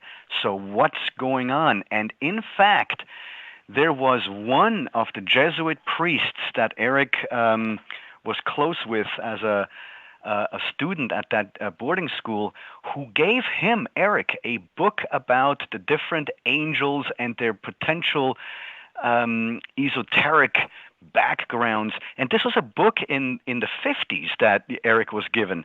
You know, so this Jesuit priest definitely planted the seed for Erich at the time when he saw that this young Erich von Daniken is asking questions about the, you know, glaring contradictions of words in the Bible. And so instead of squashing Erich down, he actually fostered his curiosity. And, you know, that does not happen often, especially in a Christian boarding school. You know, there, any doubt is immediately squashed, and Erich's doubt was not squashed. In fact, it was expanded. The viewing, and by expanded, I don't mean that Erich has doubt. I mean, as Erich always likes to say, Erich is one of the few people that still pray every day. You know, so it's not like he doubts at all. He does not doubt the existence of God. It was just a question that he had, well, could what's described in the Bible not necessarily be God, which could be explained away with the fabric of the universe, but this here, what's described in the Old Testament especially, is more or less some type of a, you know, person, an actual physical person that seemed to have arrived here in some type of a vehicle, because we can read these stories of, Ezekiel's wheels and the glory of the Lord flying around and things like that, and the fire and the smoke and the trembling of the earth as this glory of the Lord descended. Well, why would the glory of the Lord have to be so loud and noisy? I mean, couldn't God be more elegant? So, so that is where it began for Erich, and he still talks about it. I mean, it was a defining moment for him that this priest, instead of saying, Erich, stop asking these stupid questions, he actually gave him books to say, well, you know what, you're interested in this, read this, this, and that. Amazing. Yeah, and I did it last month. I watched Chariots of the Gods last month. I watch it all the time. It stands on its own. It stands on its own. Not just a documentary. I mean, that wasn't, a standalone thing anyway, but the book itself. I mean, if some of our listeners right now have not yet read Chariots of the Gods, go and do it. I mean, first of all, it's a quick read. You'll be done in 2-3 days, but it still holds up. And, and by the way, did you know, Jimmy, that Chariots of the Gods was the first movie ever shown on a plane back in 1970, and it was a Pan Am flight between Toronto and I think New York City or something like that. Is that a fact? Is that a fact? I don't know. The destination is not a fact, but a fact is that Chariots of the Gods was the first movie shown on Pan Am. Wow. I mean, according to Erich. I did not call up Pan Am for this. You can't question EVD. You just can't do it. Well, okay. So if we go, and this is what I find really interesting. When I love talking about the Old Testament, and the reason why I like talking about the Old Testament is because it is not 300 AD. It is not the New Testament. The stories there in the timeline as presented is ancient history. The consensus amongst historical scholars is that everything started at 2650 BC in Giza, Mesopotamia, ancient Sumer. That timeline, of 3000 BC is the start of everything. Show us something else, and then we can have a discussion. But right now, it's there.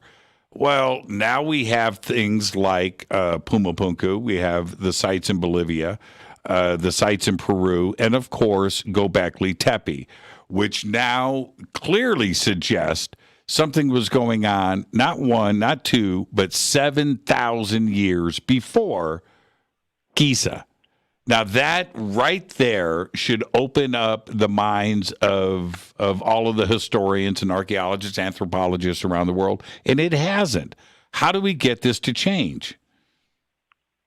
That's a great question, because what I even would like to venture to say is that Göbekli Tepe will not be the last, that there are other buried sites, artificially buried sites, that have not even yet been discovered. And so it would be really wonderful if we could, somehow free more resources for satellite investigation of our soil, because we now have the technology to look at potential buried sites.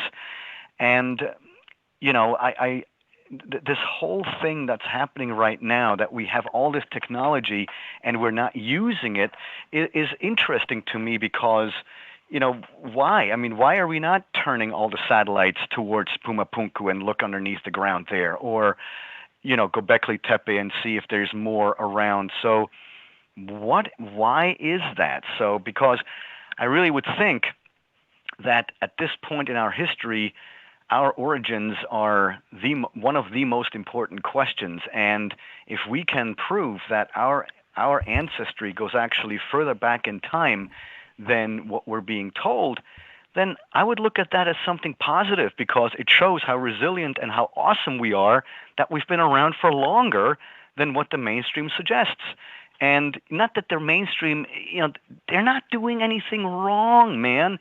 It's just that is the the house of cards that they've established, and there are only a few things that I personally am suggesting was a bit different that we've had teachers in the past, but that that certain things in history did not happen. I mean, that's absolutely ridiculous. So just because I suggest that we've had help from extraterrestrials does not mean that at the same time I also subscribe to outrageous propositions such as that the Earth is flat. I mean, it's just it's strange to me that one would equate the ancient astronaut theory with the theory of people that talk about the Earth is flat. I mean, they're so far removed from each other. They're not even in the same galaxy. They're in different universes. There, I said it. Wait, what? The Earth isn't flat? Wait a minute, Giorgio. Hold on a minute. I'm sorry, okay. guys. Wow. Okay, here we go. Fact check. I am now banned from the show. Here we go. Are you ready for this? The story of Lufthansa. The famed German carrier's experience with the Boeing 747 began 42 years ago on April 26, 1970. Inaugurated the Boeing 747 service operating from Frankfurt to New York's John F. Kennedy Airport. According to Lufthansa, the jumbo inaugural flight featured the first film to be shown on that 747 was Chariots of the Gods. There you go. All right. So it was Frankfurt to New York. Yeah. Okay. Yeah. Well, that would make sense. Man, Okay. that's a pretty good feather in the hat right there. That's pretty cool. I mean, pretty awesome. What a trippy movie. You got to in the air. You're going to tell Erich it was Lufthansa. Eric's going to go, "Oh, I thought it was Pan Am. It was such a fond memory." It wasn't Pan Am. No, it wasn't, Erich. It was Lufthansa. All right. Now I'll let him know. Now, what do we do? Why, when we consider 7,000 years before Giza, right? We're not talking about weeks or months. We're talking about 7,000 years. And the site at Göbekli Tepe is just as elegant and beautiful as any megalithic site ever, but it predates everything by 7,000 years. And that didn't make headlines like it should have because human history was just rewritten. What are we going to do if we find a site that is 15, 20, 25,000 years old or older? Is this going to be enough to make headlines and say, hey, things aren't what we understood or what we've been taught? What's it going to take? I would hope so. And we don't have another choice. But it all this takes time, and because when we filmed the Egypt special, which aired a couple of years ago with Rami Romani. And we had that one segment where we interviewed Zahi Hawass in between the pause of the Sphinx. When you're out there filming, you have a lot of downtime often, and you just sit around and you start talking to each other. And so I had a good 3-4 hours that I had private time with Zahi Hawass, and I have to say that I've changed my opinion, where in the past I always thought that he was sort of, anti-us and anti, what we kind of propose. But, in this conversation that I had with him, it was very simple, and that was that he said that he wishes that our ideas or our propositions, like Robert Bauval suggesting with the Sphinx and the position of the pyramids and the position of the Sphinx and how all that is a one big giant complex, and it was built in order to show that this goes back to 12,500 BC, he says he wishes that propositions like that are correct, because he would love to show the world that Egypt is 12,000 years old. But then he said, and I quote, "The forensic evidence that we apparently put forward is not strong enough for him."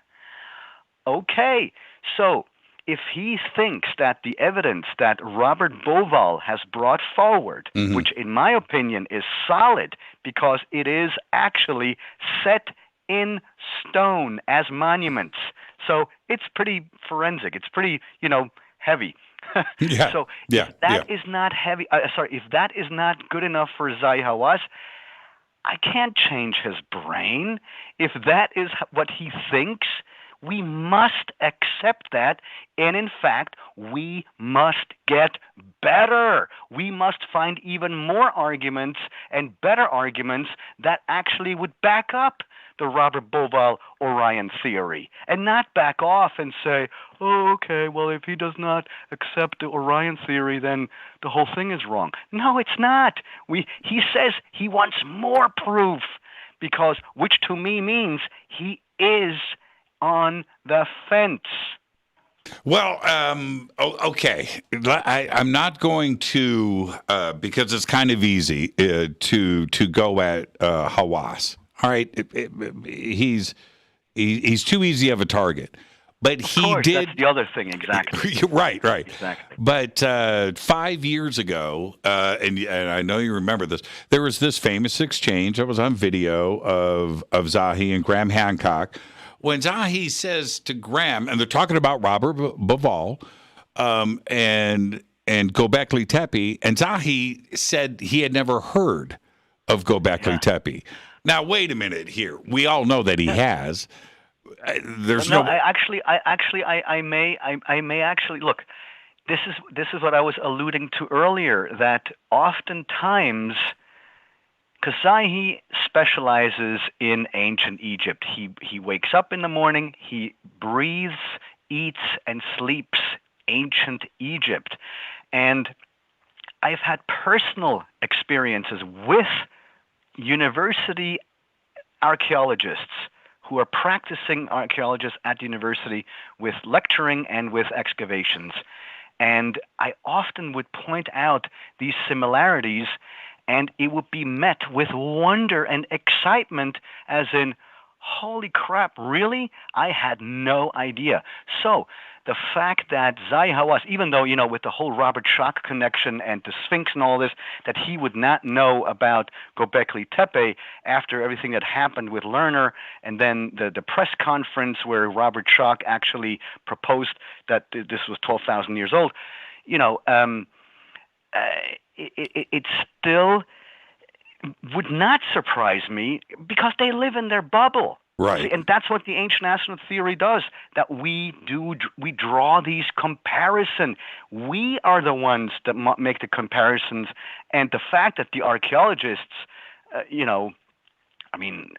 some of them are completely against us is because they too know that these parallels exist, and after a while, even coincidence no longer satisfies the initial question, how is it possible that we have all these similarities? If it's just coincidence, forget it. And we're all working on the same team here, right? Really, what's wrong with suggesting that our ancestors have been around longer than what we think? It would be an amazing realization.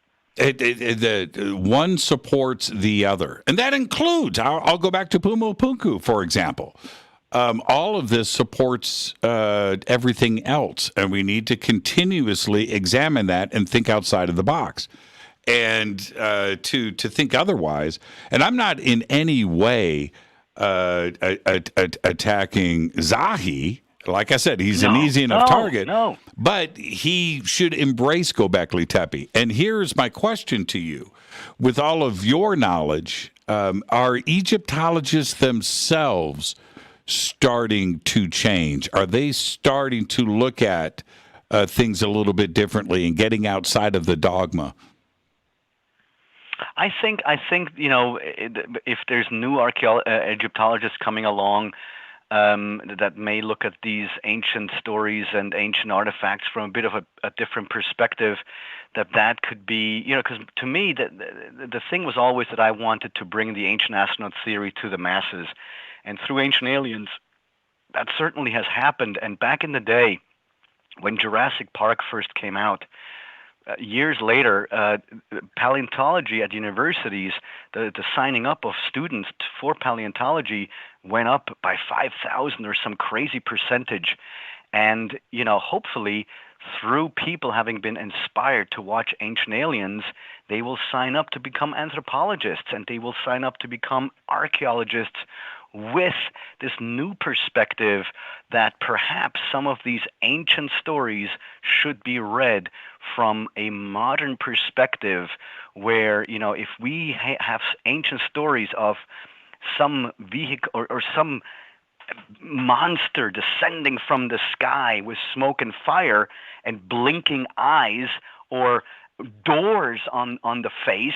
Well, animals don't have blinking eyes and animals don't have doors on their faces, unless one, of course, then suggests, it's just, the snout or the mouth of the animal. No, in Leviathan, it actually says in the book of Job, chapter 41, that Leviathan, the behemoth, had bright doors on his face and blinking red lights and columns of fire coming out of the front.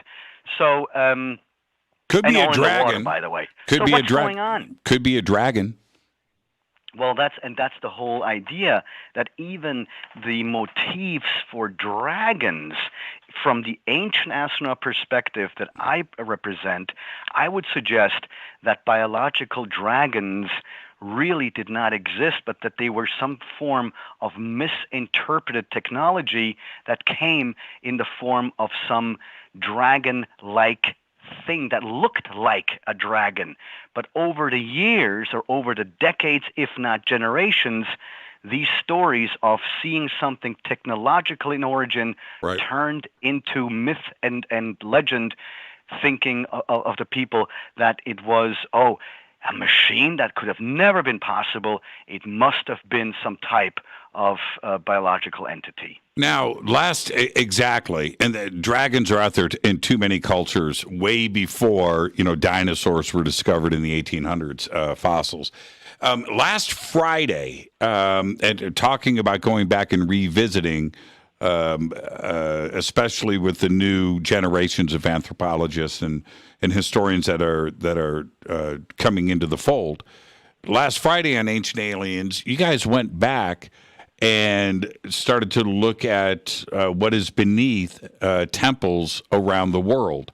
Is that something that, it's presented here in Ancient Aliens, but that we can't take everything for granted, that we should go back and revisit and examine not only these sites, but what may be underneath them?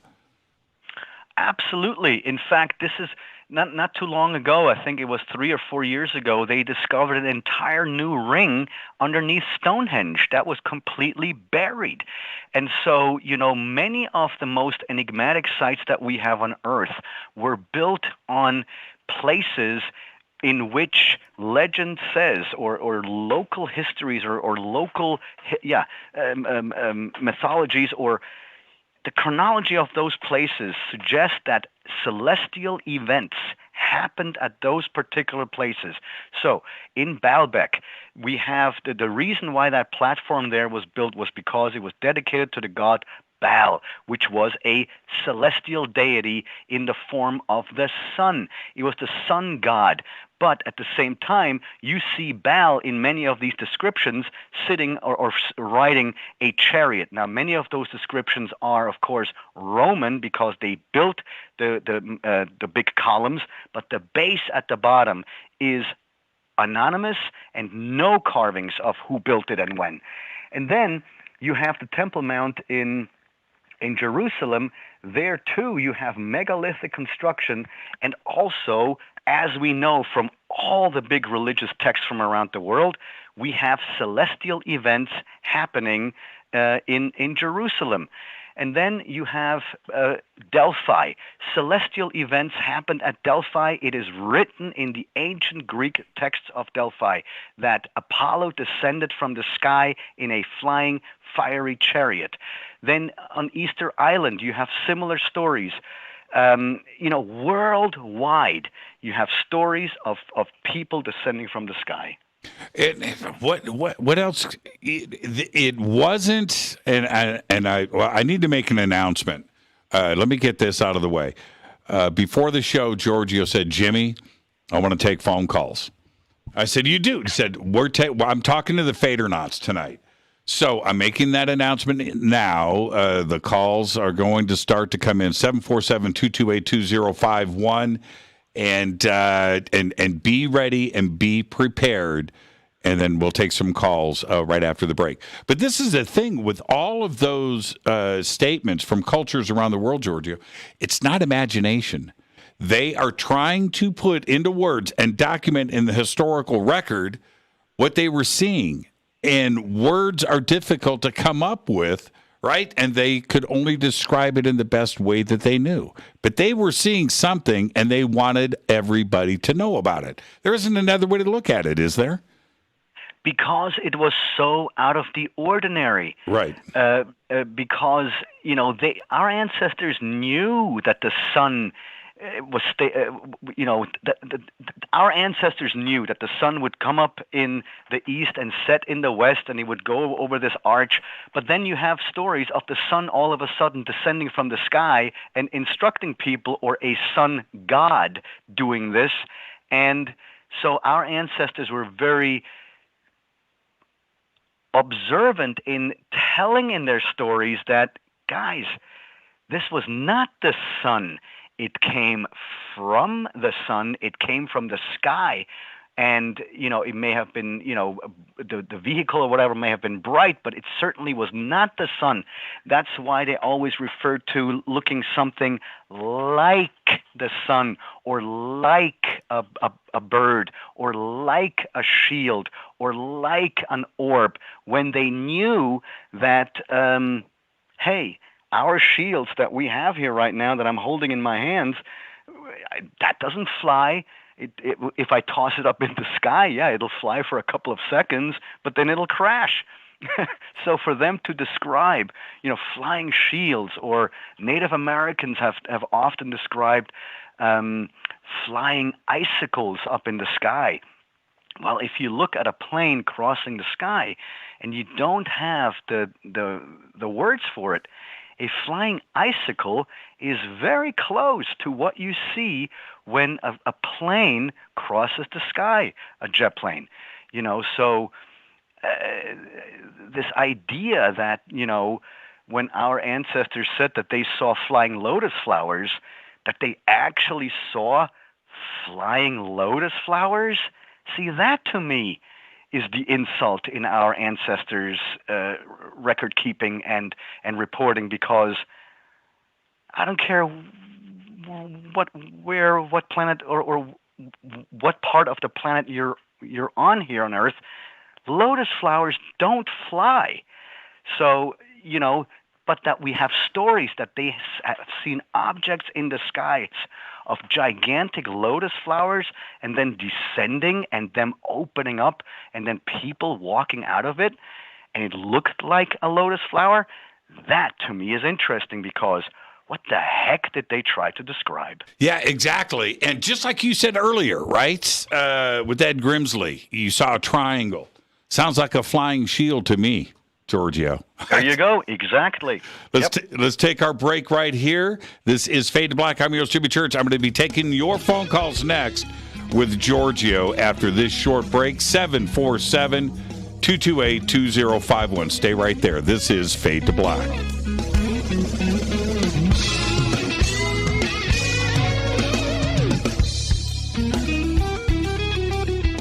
Hi everybody, this is Rob Halford, the Metal Guard on JimmyChurchRadio.com.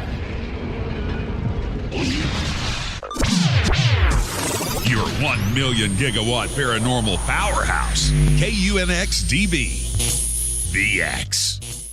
Are you ready to read about true paranormal events? Unex Media publishes non-fiction books about UFOs, ghosts and haunted places, time anomalies, cryptid creatures, and more. Just like KUNXDB Radio, it's all about unexplained phenomena. Visit www.unxmedia.com to see our list of great book titles by Debbie Ziegelmeyer, Gene Walker, Devin Listrom, Wayne Lawrence, Bill Spicer, and yours truly, Margie Kay. That's unxmedia.com.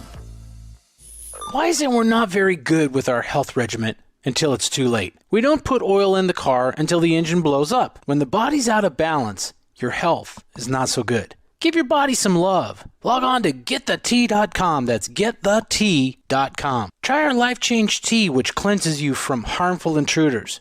A clean colon is one of the ways to bring the body in balance. We also carry organic supplements to help you get where you need to go. So do your body a favor. Log on to wtih.com. That's wtih.com. You can even visit our sales page to save some dough. Does anybody call money dough anymore? Anyway, if you're looking for short, helpful health tips, go to YouTube and punch in Health Matters Now. That's Health Matters Now. So, log on to wtih.com, shop, get balanced, then learn some cool tips at Health Matters Now. You'll be glad you did. That's wtih.com. This is Jimmy Church of Fade to Black, and I only drink Fade to Black blend coffee from River Moon. Just click on the River Moon Coffee banner at jimmychurchradio.com. Promo code F2B Blend. This is the only way forward. This is Fade to Black. Make contact. When you're in the house for longer periods of time, you can see them flying or running across the floor. Ooh, yuck. They're unhealthy, gross, and disgusting. Bugs. I loathe bugs. We keep a clean home, but occasionally bugs show up. Well, I found something that is tougher than bugs. Orange Guard. On contact, it kills hidden bugs, including ants, roaches, and fleas. Plus, Orange Guard is a residual repellent. All of the ingredients of Orange Guard are on the FDA generally recognized as safe list. Orange Guard may be used around food, humans, and pets. It comes with a 30-day money-back guarantee. Orange Guard. Available at orangeguard.com, Whole Foods, and Ace Hardware.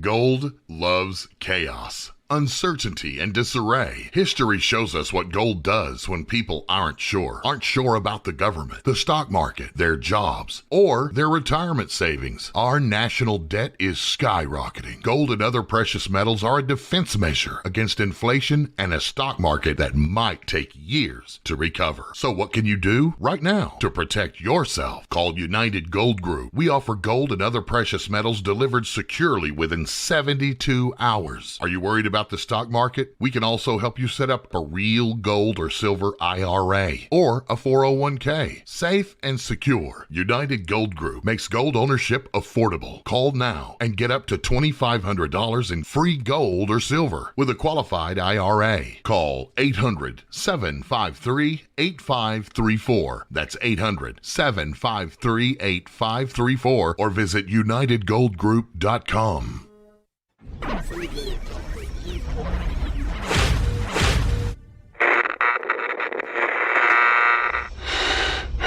You want to know a secret? I love ponies. I really love ponies. I'm serious. I couldn't stay sane without ponies to brush. Why fade to black? Because you never got that pony, damn it. This is Fade to Black with Jimmy Church on the Game Changer Radio Network.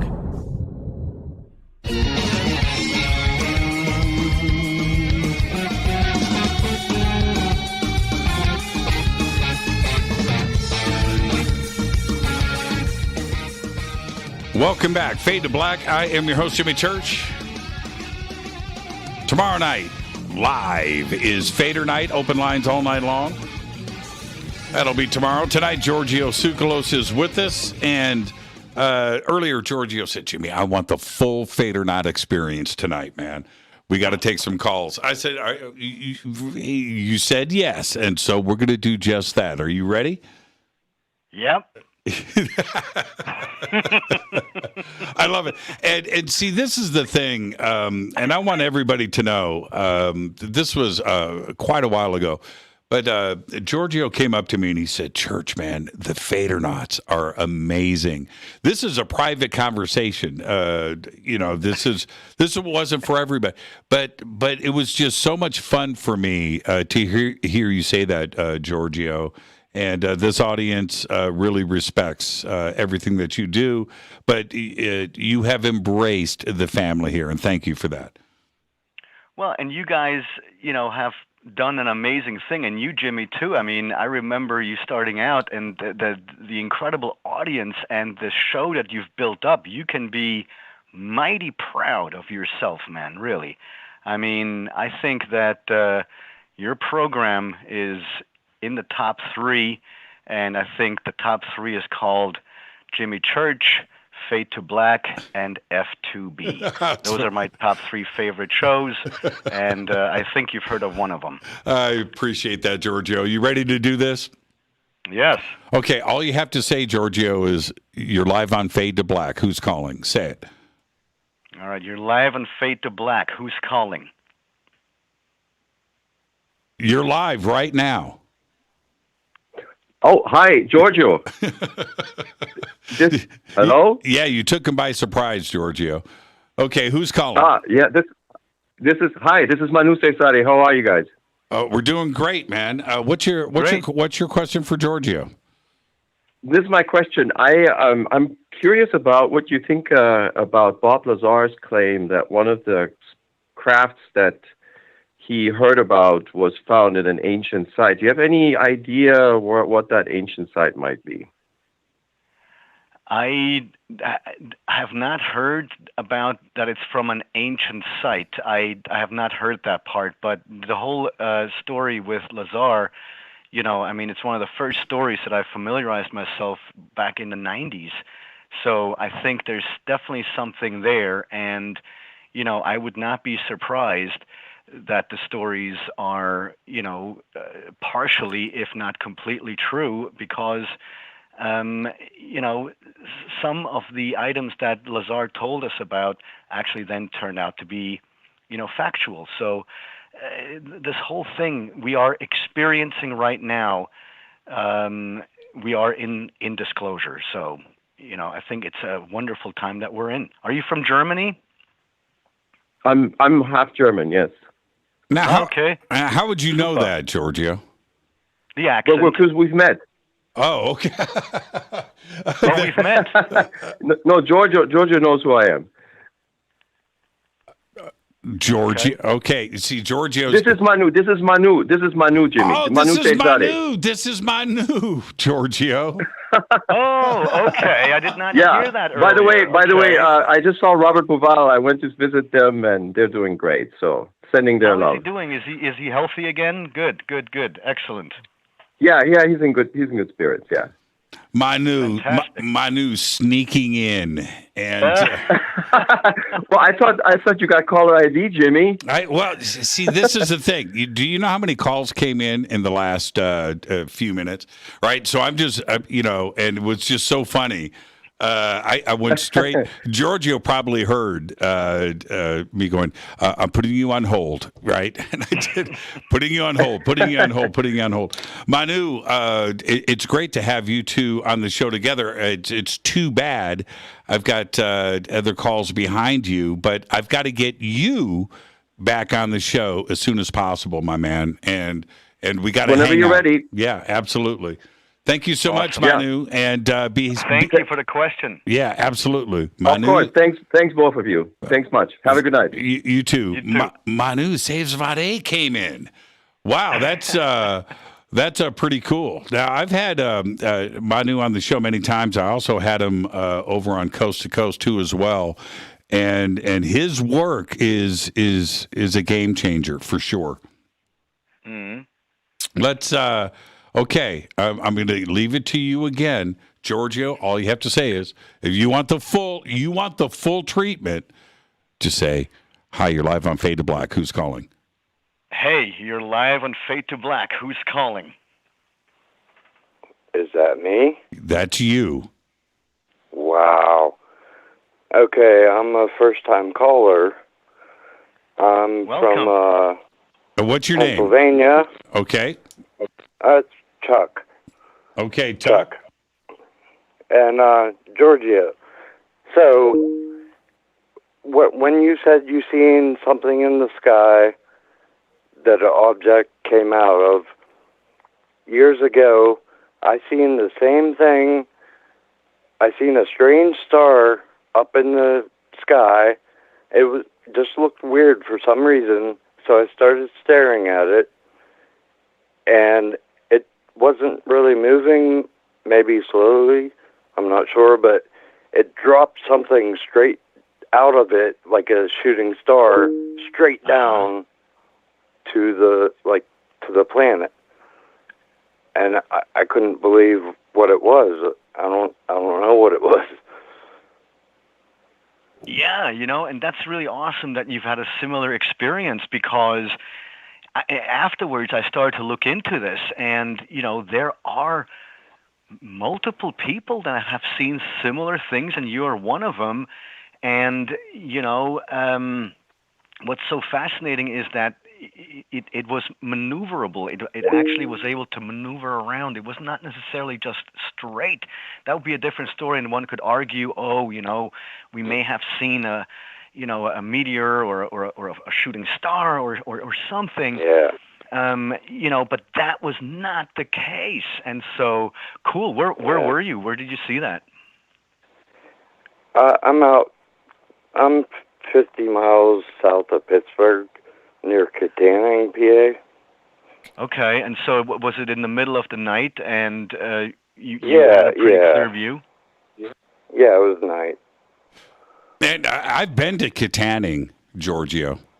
Oh, wow. You have? Okay. I have been to Katanning. I've been to Katanning a few times. I don't believe you. Oh, I yeah. don't believe you. Okay. I totally. You know what's funny? How can you prove it? Prove it. Okay. Well, my dad was married to a woman from Katanning, and we went back. I did a few things there, but we went back after a thing in Indianapolis, drove to Katanning from Indianapolis during the winter, and I took my skateboard. Katanning, Giorgio, is it's in the hills. And lots of coal mines out there. That's one of the industries.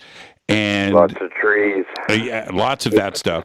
And I took my skateboard, Giorgio, and had them. I was a kid. I was like 13, and had them take me to this hill with a road on it, so I could skateboard down the hill. And I had no idea how hilly Katanning was. It's And it was one of the most brutal skateboard accidents in the history of the United States. That's all I'm going to say. And but Katanning is a great town, man, and it's right outside of Pittsburgh. Hey, Tuck, thank you for the phone call, man, and don't be a stranger. We love first-time callers here. Awesome. I do have one other sighting.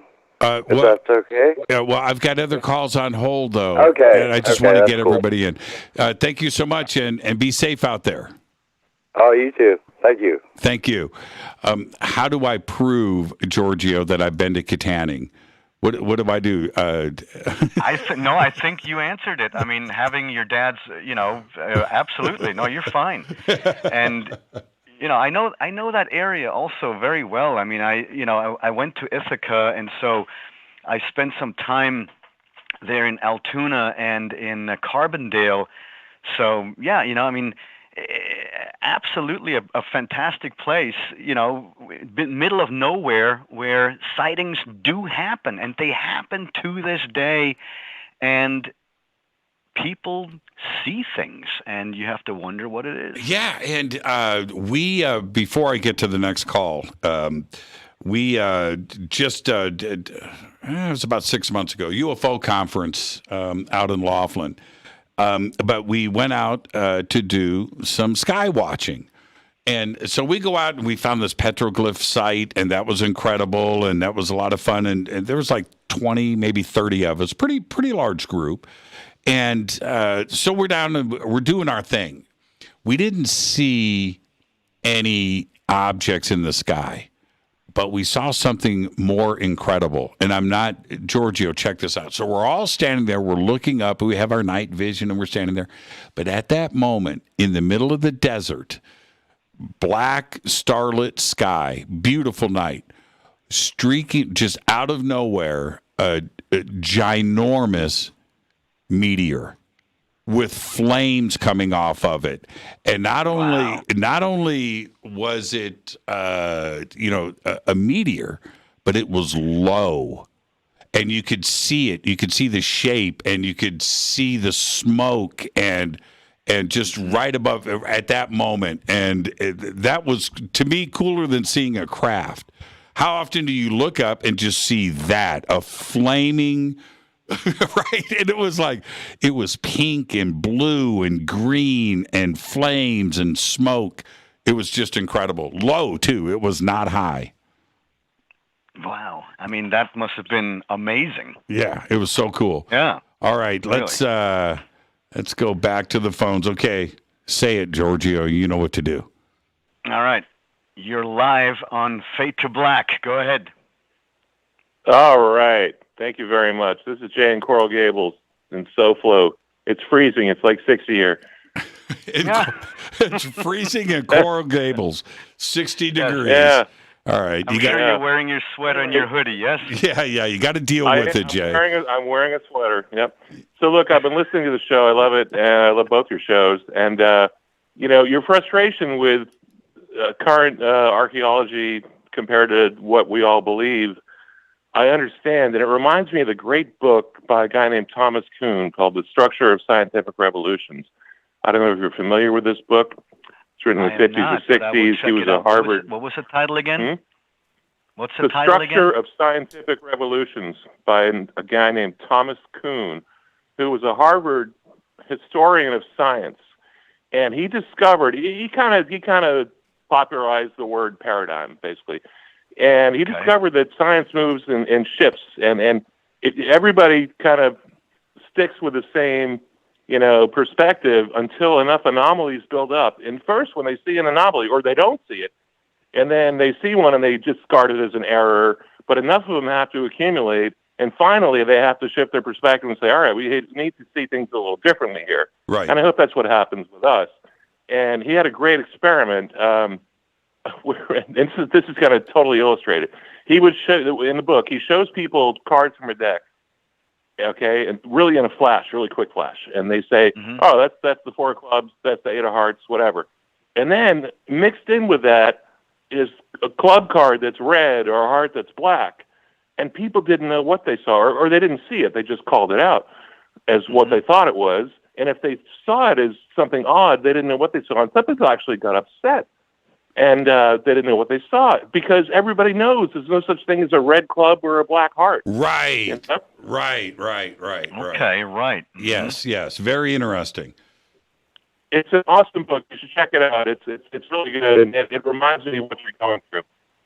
Yeah, absolutely. I'll check it out. Well, Thank you. But see, what to me, what Jay is pointing out here is that if you see something quickly, your brain has been programmed since birth, right? And your brain acts extremely fast. The amount of calculations that happen in your eyeballs, between your nerves and your neurons, to just in nanoseconds, and it's repetitive, right? So you're looking at a car, you're looking at a human body. Well, instantly these calculations are happening because you need to understand what you're looking at. You're not going to think about what you're seeing. You're going to know what you are seeing. Well, then when you see something that is not programmed, right, that you're not ready for, you may not even see it. And right.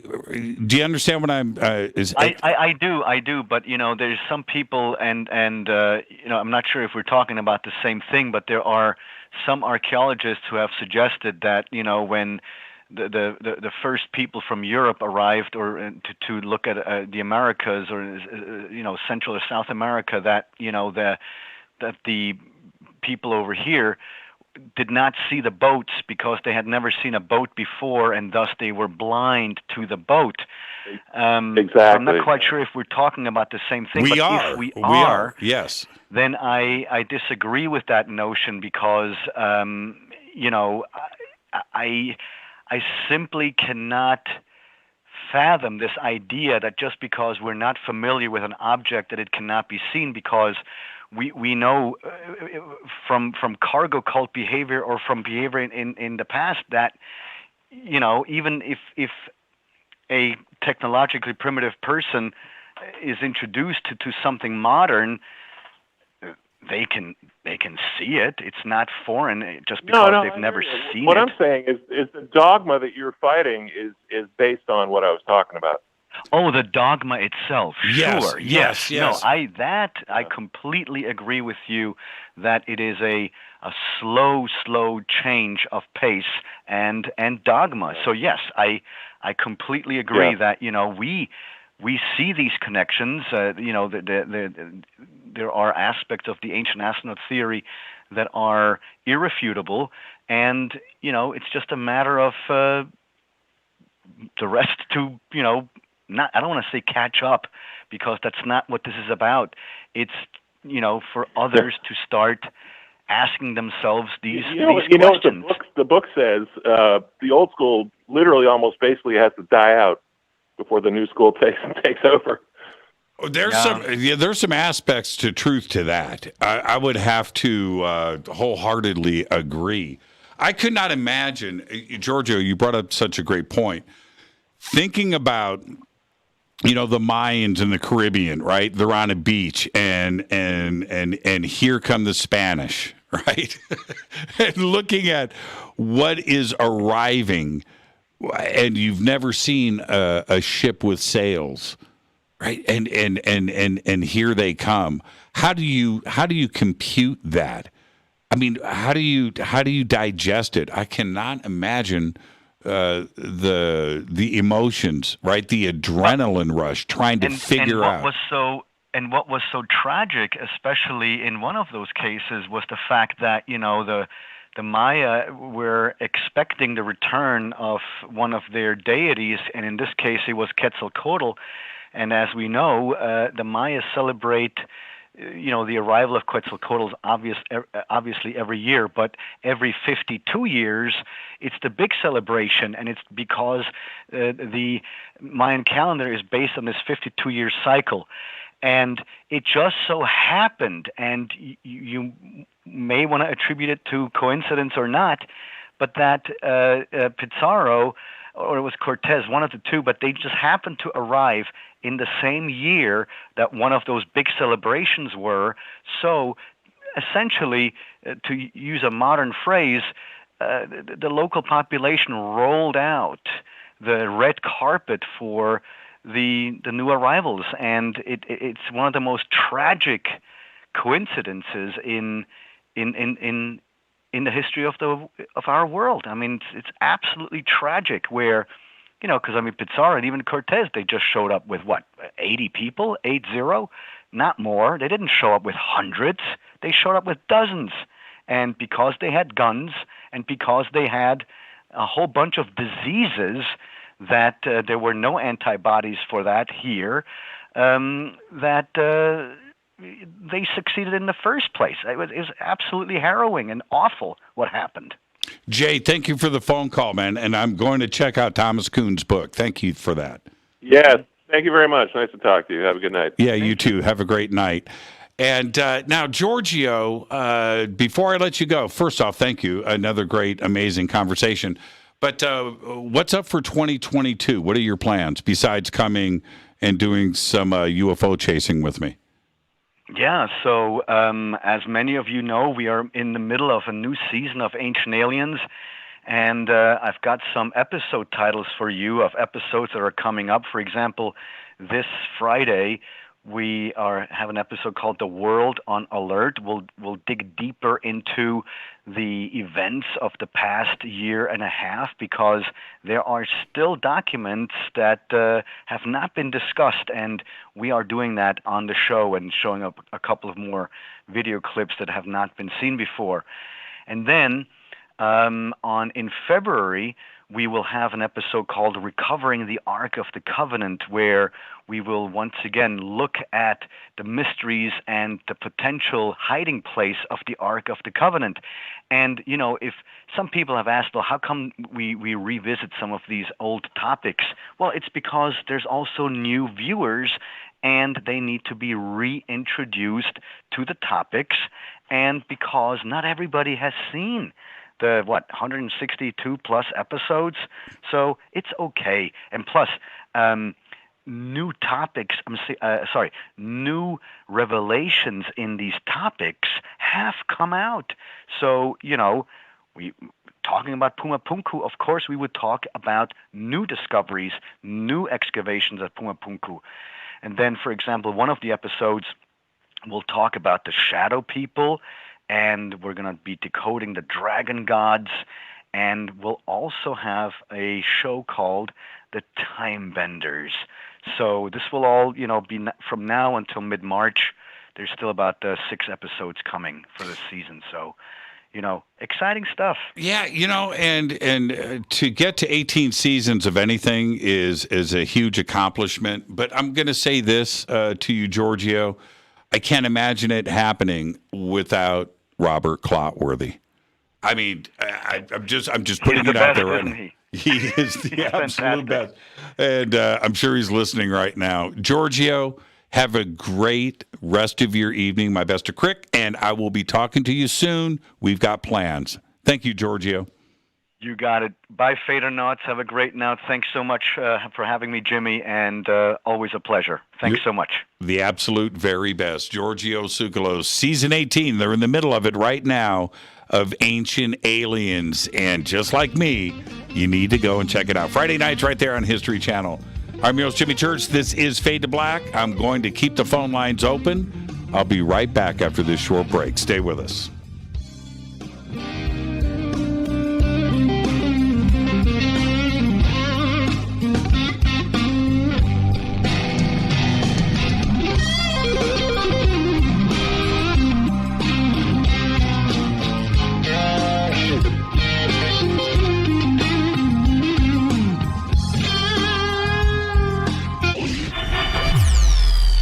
Listening to Jimmy Church and Fade to Black on the X. Hey, what up, y'all? It's your girl Vivica Fox here, and you are listening to my boy, Jimmy Church, on JimmyChurchRadio.com. Despite popular opinion, reading a book will not make you smarter. But listening to Jimmy Church will.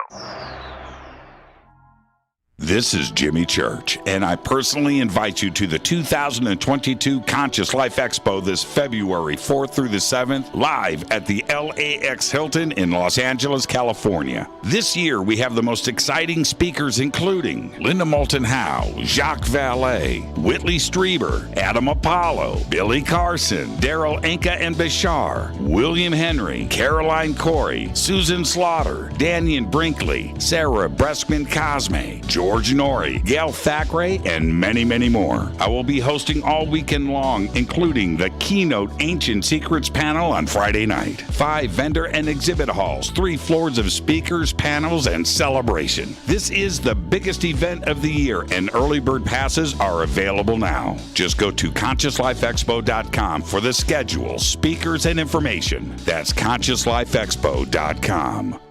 This is Jimmy Church of Fade to Black, and I take Life Change Tea supplements every single day. It's what I do. Click on their banner at JimmyChurchRadio.com. Are you ready to read about true paranormal events? Unex Media publishes nonfiction books about UFOs, ghosts and haunted places, time anomalies, cryptid creatures, and more. Just like KUNXDB Radio, it's all about unexplained phenomena. Visit www.unxmedia.com to see our list of great book titles by Debbie Ziegelmeyer, Gene Walker, Devin Listrom, Wayne Lawrence, Bill Spicer, and yours truly, Margie Kay. That's unxmedia.com. When you take the beans from Central America with dashes of Indonesian and African mixed in and then roast it to the dark side of fade to black, you create the ultimate brew of fringe.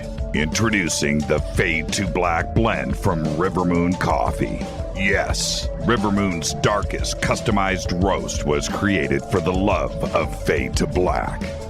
The alchemy of masterful roasting and smoking the beans is in every sip of this full-bodied, dark Java. I need my coffee dark, deep, with distinct bittersweet chocolate highlights, just like the bunker. Leaning further into the darkness of the roast is Fade to Black blend from Rivermoon Coffee. Just click on the banner at jimmychurchradio.com and use the promo code F2B Blend for 15% off of your order today. This is Billy Carson with ForbiddenKnowledge.tv. Forbidden Knowledge TV has just reached its 1-year anniversary. That's right, 1 year. And as a show of appreciation, we are giving all new subscribers a free 30-day trial of ForbiddenKnowledge.tv. That's 30 days to binge watch thousands of movies, documentaries, conferences, workshops, lectures, yoga classes, meditation courses, and so much more. So log on to ForbiddenKnowledge.tv from your computer or mobile device, or get the Forbidden Knowledge TV app on Apple TV, Roku, Amazon, iTunes, or Google Play today, and use coupon code 30daysfree. That's coupon code 30 days free on ForbiddenKnowledge.tv today. Are you intrigued by Paranormal Talk Radio? You'll love the new Paranormal Radio app from TalkStream Live.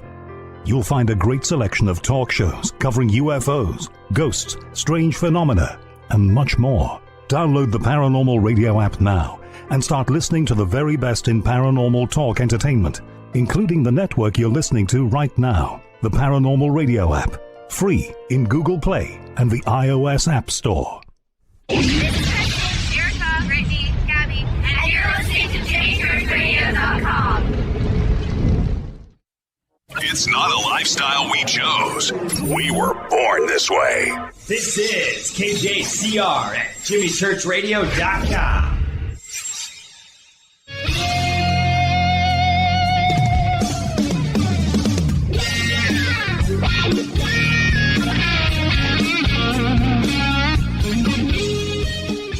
All right, welcome back. Fade to Black. I'm your host, Jimmy Church. I want to thank Giorgio Tsoukalos. What a great conversation tonight.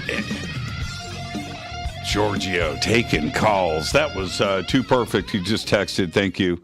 And he said, what a blast. Thank you, Fade or Not. And that is just going out to you. That was just a perfect night. Perfect night on the show. Season 18 of Ancient Aliens. It's season 18. And it's right in the middle of the new season right now. Thank you, Giorgio. And I'm serious. We're going to be we're going to go chase some UFOs out here in the Mojave, and I'll keep everybody posted. That's going to be a great night. All right. With that, I've left the phone lines open, 747-228-2051. I've got a lot of calls on hold, and if you're on hold, stay right there. And let's go back to the phones. Hi, you're live on Fade to Black. Who's calling? Hey, Jimmy, it's Madeline from New Jersey. Hey, Madeline, how are you? What a great night with Giorgio, huh? I'm good. Oh, my gosh, awesome. Brian and I have been watching, like, old Ancient Alien on Discovery, I think, Discovery Plus. Is it Discovery or cool. History Plus? Right? Is it History? I thought it was Discovery. Or maybe we're watching on YouTube. I don't know. He puts it on and we watch it. I mean, but it's funny that we've been watching his old shows and I'm like, oh, right, he's coming on as a guest. Yeah, I did have a question. Go ahead. No, you called me. Go ahead, Madeline. It's all about you I right have now. a question for Giorgio, but maybe you could. Earlier, he mentioned about our species wasn't supposed to survive. He believes we had help. I was going to ask him, who does he believe helped us and why? Well, do you have any thoughts on that? I keep getting, yes, I know, right? I keep going back to the same thought process, and which a lot of it I got from Ancient Aliens and I almost said Robert Clotworthy, Erich von Daniken, William Henry, and others. It really opened up my eyes to what is it when an ancient culture wants to say that somebody spoke to them from the heavens. The heavens to me mean one thing, like everybody, right? It's out there. It's the stars. It's above us. It's off Earth, right? It's not terra firma. And who is it that is doing this? And I keep going back to that. And would we, even today, in today's culture, would we refer to some kind of contact like that from the gods? A lot of us would. So why would we get off of that idea? Now, the question is, who is speaking? Right, it seems to be right. I was curious. Yeah, it seems what his answer would be. Well, now, if we back up, Madeline, let's back up a little bit off of this and examine what some of the cultures around the world have talked to us about, and that would be, of course, we have the Anunnaki, we have the Watchers, we have Atlantis. Right. We have the gods, the ancient gods of Egypt that predate everything by tens of thousands of years. Who taught? I'm being very serious here. Who taught the builders of Göbekli Tepe how to quarry and carve stone? How does that happen? That's my first thought. I always think about that. Exactly. I mean, it's beyond its time. Right. You don't wake up one day as Stone Age, allegedly a Stone Age culture without any knowledge of anything, and just go, you know what, man? Let's just carve these big rocks out of this quarry. What? Right. Stone Age man is supposed to be worrying about living through the night. That's what you do. You're focused on feeding yourself and your family and somehow surviving the wild beasts out there that are trying to eat you. Right? That's what you... I just find the more I listen, the more questions, and the more it does. It makes you think. And you continually are just thinking and gathering your thoughts, and it's endless. Yes. And so somebody taught them how to do it. And somebody taught them. And you want me to give you the best example of it? I'm going to tell you right now. You ready? I'm ready. The iPhone. Now, so let's take a look at the iPhone for a second. Oh, well, Steve Jobs invented it. No, he did not. And the idea for the iPhone came from something else that was taught. And then before that, something else and something else and something else. And you can go all the way back and let's go back to the telegraph. And then, everything is taught.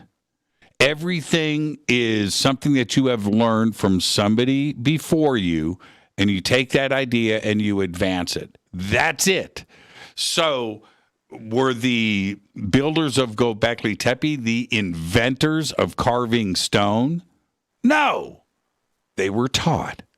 They learned it from somebody else, and it just continues to go backwards and backwards and backwards. And that's the best way to look at this. Look at the iPhone. Look at the computer. Look at cars. Look at anything around us today, the sewing machine, right? Where do these ideas, they come from something before, something before, something before, something before, and it goes all the way back, and in some cases, thousands of years with modern technology today. And I'm talking about textiles, talking about farming, right? Yeah, we didn't absolutely, learn this stuff absolutely. today. And Yeah, you didn't just wake up. Exactly. no, and take a look. Göbekli Tepe simply wasn't supposed to exist. And right there, we need to just stop and absorb what that represents and what else is out there. And Giorgio brought up, and I've got to get to these other calls, Madeline. But Okay, no problem. I appreciate your time. But when and your explanation and when I brought up Göbekli Tepe, what did Giorgio say? He gave the right answer. It's not just Göbekli Tepe; it's what else is buried out there. Right. and we are going to continue to find more, and these dates are going to continue to push further back. And that's it. And I'm excited about the future and what is out there. And we are going to continue to find it. Just like Göbekli Tepe, there's 11 more of them. There's 11 more that are encircled around Göbekli Tepe. 11. What are the dates of those? What do they represent? What are we going to find? Giorgio's point was an honest one. We need to gather the resources and the teams to go out there and continue to discover these ancient megalithic sites. It's an exciting time. Absolutely. It is. It really is. All right, Madeline, give my best to Brian. Excited. I will. Thank you. He's listening. He's at work. He's listening. Have a great night. All right. Thank you. You too. Bye-bye. Bye. And that's a great phone call. I mean, where I keep going back to the same, it's the only way to look at it. When you are talking about angels and voices and information and messengers from the stars and from the heavens, what were the ancients really trying to say? And it's not just in the Bible, it's everywhere. Let's go back to the phones.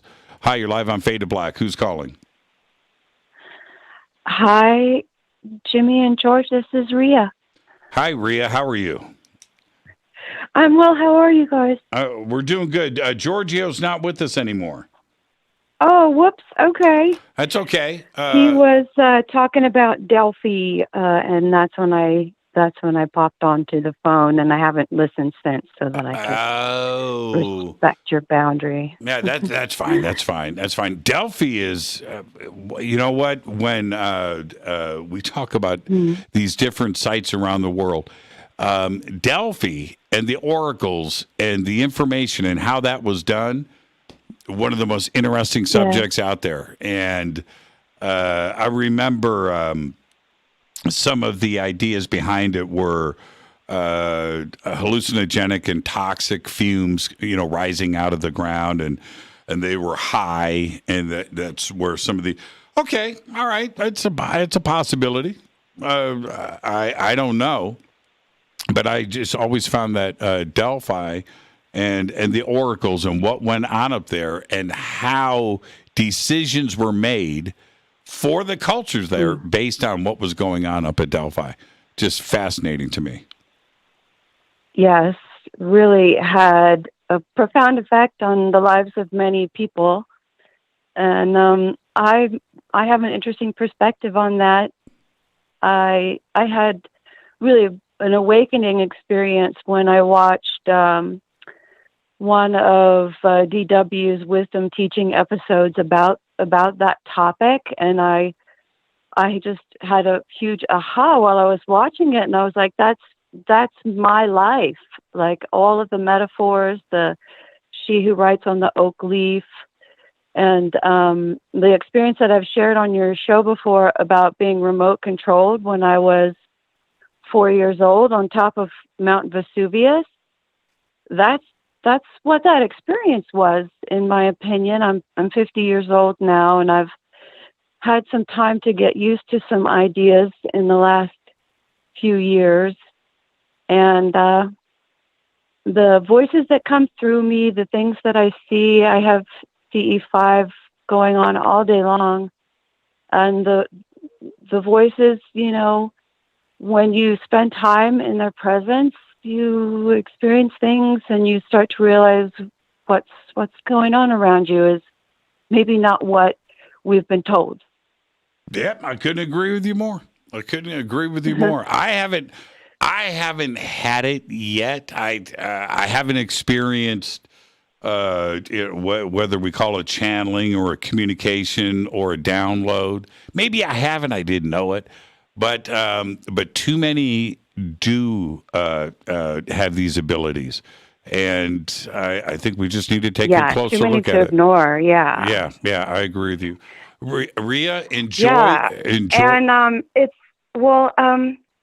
I was hoping, you know, to talk about that very thing, because I really mean it when I tell you I experienced Delphi comes through me, and I've been poking my nose around here and there, and I went away for a little bit, and I would love to have a broader, deeper conversation, because, you know, there's things like the painting of the Crucifixion of Christ of 1350. Mm-hmm. And when you look at that painting and you see it's got these weird little like spheres with kind of like stars kind of around them, like maybe they're shooting stars or something. And then there's all these other paintings that were around like the 1200, 1300, 1400s in there. And it was like this subversive culture. And I see those every day, and now I know what that is. I have personal one-on-one experience, and I'm really hoping to, you know, just really show that to you and explain that to you. And I struggle with PTSD, and when I talk great, I'm great, and when I don't, I don't. Right. But I just want to reach out to you and say I would love to talk like more in depth about these things, because I feel really quite certain that Delphi's speaking through me. And I'm not saying that to be hubristic. I'm saying that because it's time tested now. It's been a few years, and I was calling in because George, I met him at CITB 2019, and I was really too shy and trying to come out of my shell to tell everybody what was going on, because it sounded crazy to have somebody say to me, okay, you're in the running for being one of Delphi's mouthpieces for the world. Yeah. And that sounds like a very, you know, egotistical thing. Right. No, I totally get it. I do. I totally get it. Well, Thursday night, tomorrow night, give us a call and we'll have a deeper conversation. Okay. Have a great night. That sounds like fun. Have a great night. You too, well. Maria. Thank you so much. And I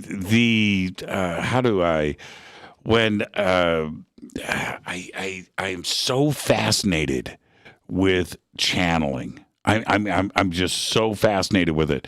And until it's one thing to see somebody channel or hear it and things, but when you experience it in person and you see it go down, I am fascinated, and I always go back to Darryl Anka and Bashar, and I've seen I've been right there with Darryl, right there, him and I alone.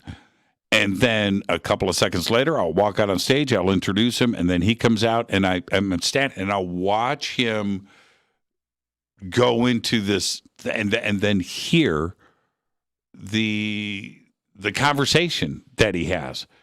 There is something going on there, and I can't put my finger on it. I don't know how it's done. I don't, but there is something happening. There is, and I don't know. I always go back to entanglement. Maybe it's entanglement. Maybe there's just some direct thing that we don't quite understand just yet. But there's got to be an explanation for it. There has to be. Let's go back to the phones. Hi, you're live on Fade to Black. Who's calling? Hi, it's Jackie on Arcus Island. Hi, Jackie. Again. How are you? Hi. Hi, I'm good. You know, what an incredible surprise. Now I have two of my favorite guys on the phone. Well, Hi, Giorgio. Well, Giorgio's not with us anymore, Jackie. It's He just left. yes, he did. Oh. He did. He left. Oh, Yeah. okay. Well, then I'm just going to call back tomorrow night when it's later night. But, you know, it's pretty amazing. Anyway, yeah, we'll talk later. Then we'll get on with somebody else for you. That's I'm what good. I'm talking. Hey, Jackie, how was that pizza the other night? It was really good. Lots of onions, lots of mushrooms. Yeah, he did. He always comes up with a good one. He did a good job. You know, with me, I'm just going to go on the record right now. Pepperoni, mushroom, onion. That's a pizza. Pepperoni, mushroom, onion, and I'm good. I'm good. Yeah, I think pepperoni's kind of greasy. I'm not a real big meat eater anyway, so I don't. If they're not there, that's fine with me. We looked up Versailles. I'm so intrigued. Oh, I'd never heard of it. You wait. It's worth a drive. That's worth a trip to L.A. Jackie, I'll see you tomorrow night on the show. Behave and be well. You too. Bye. Bye. Jackie is just absolutely amazing. She's absolutely amazing.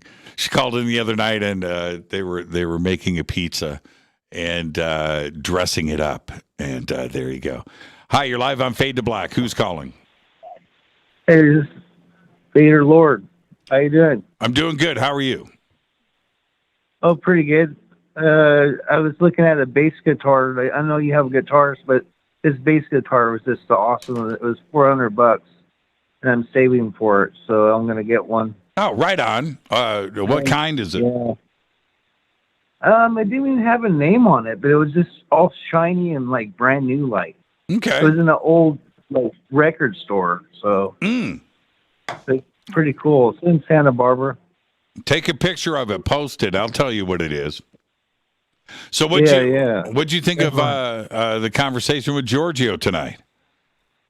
It was just I don't have words to express it right now. I mean, it's really, really different, foreign to me because of the alien agenda and all that.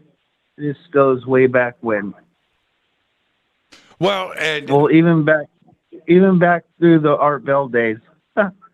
Yeah. And I'm with you on that, Vader. See, the whole thing for me when the subject of Giorgio comes up is you have the explorer side of him. He's an explorer. He's into ancient history. Certainly explores the religious aspects of it. I think that in his personal life outside of Ancient Aliens, he has gone through his own life's journey, which I've always found very interesting. Don't talk about it on the show, but I've always found that very interesting. I'm talking about the spiritual side of things for him. And I brought this up earlier tonight. He literally looked at me in the eyes and goes, "Jimmy, I don't know anything about UFOs. It's not what I do. I'm into history." And he has now been his journey, his hero's journey, is taking him down this path. And one of the reasons for that is popular culture, what is going on in the media, what is going on with research, and of course the Department of the Defense and the military, and Lou Elizondo and Chris Mellon and the Senate and the Navy and pilots and witnesses. Well, with what he does, not only with Ancient Aliens, but the people that are around him, the other producers and contributors to the show, are all going down this same research path. And so because of that, and this is where my respect for him is so high, is that you have to go where things take you. And so now he has spent a great amount of time looking into history, into cases, into other things that have happened in the past in a modern sense, and what ufology is, and those that have researched the ET hypothesis and where we are today.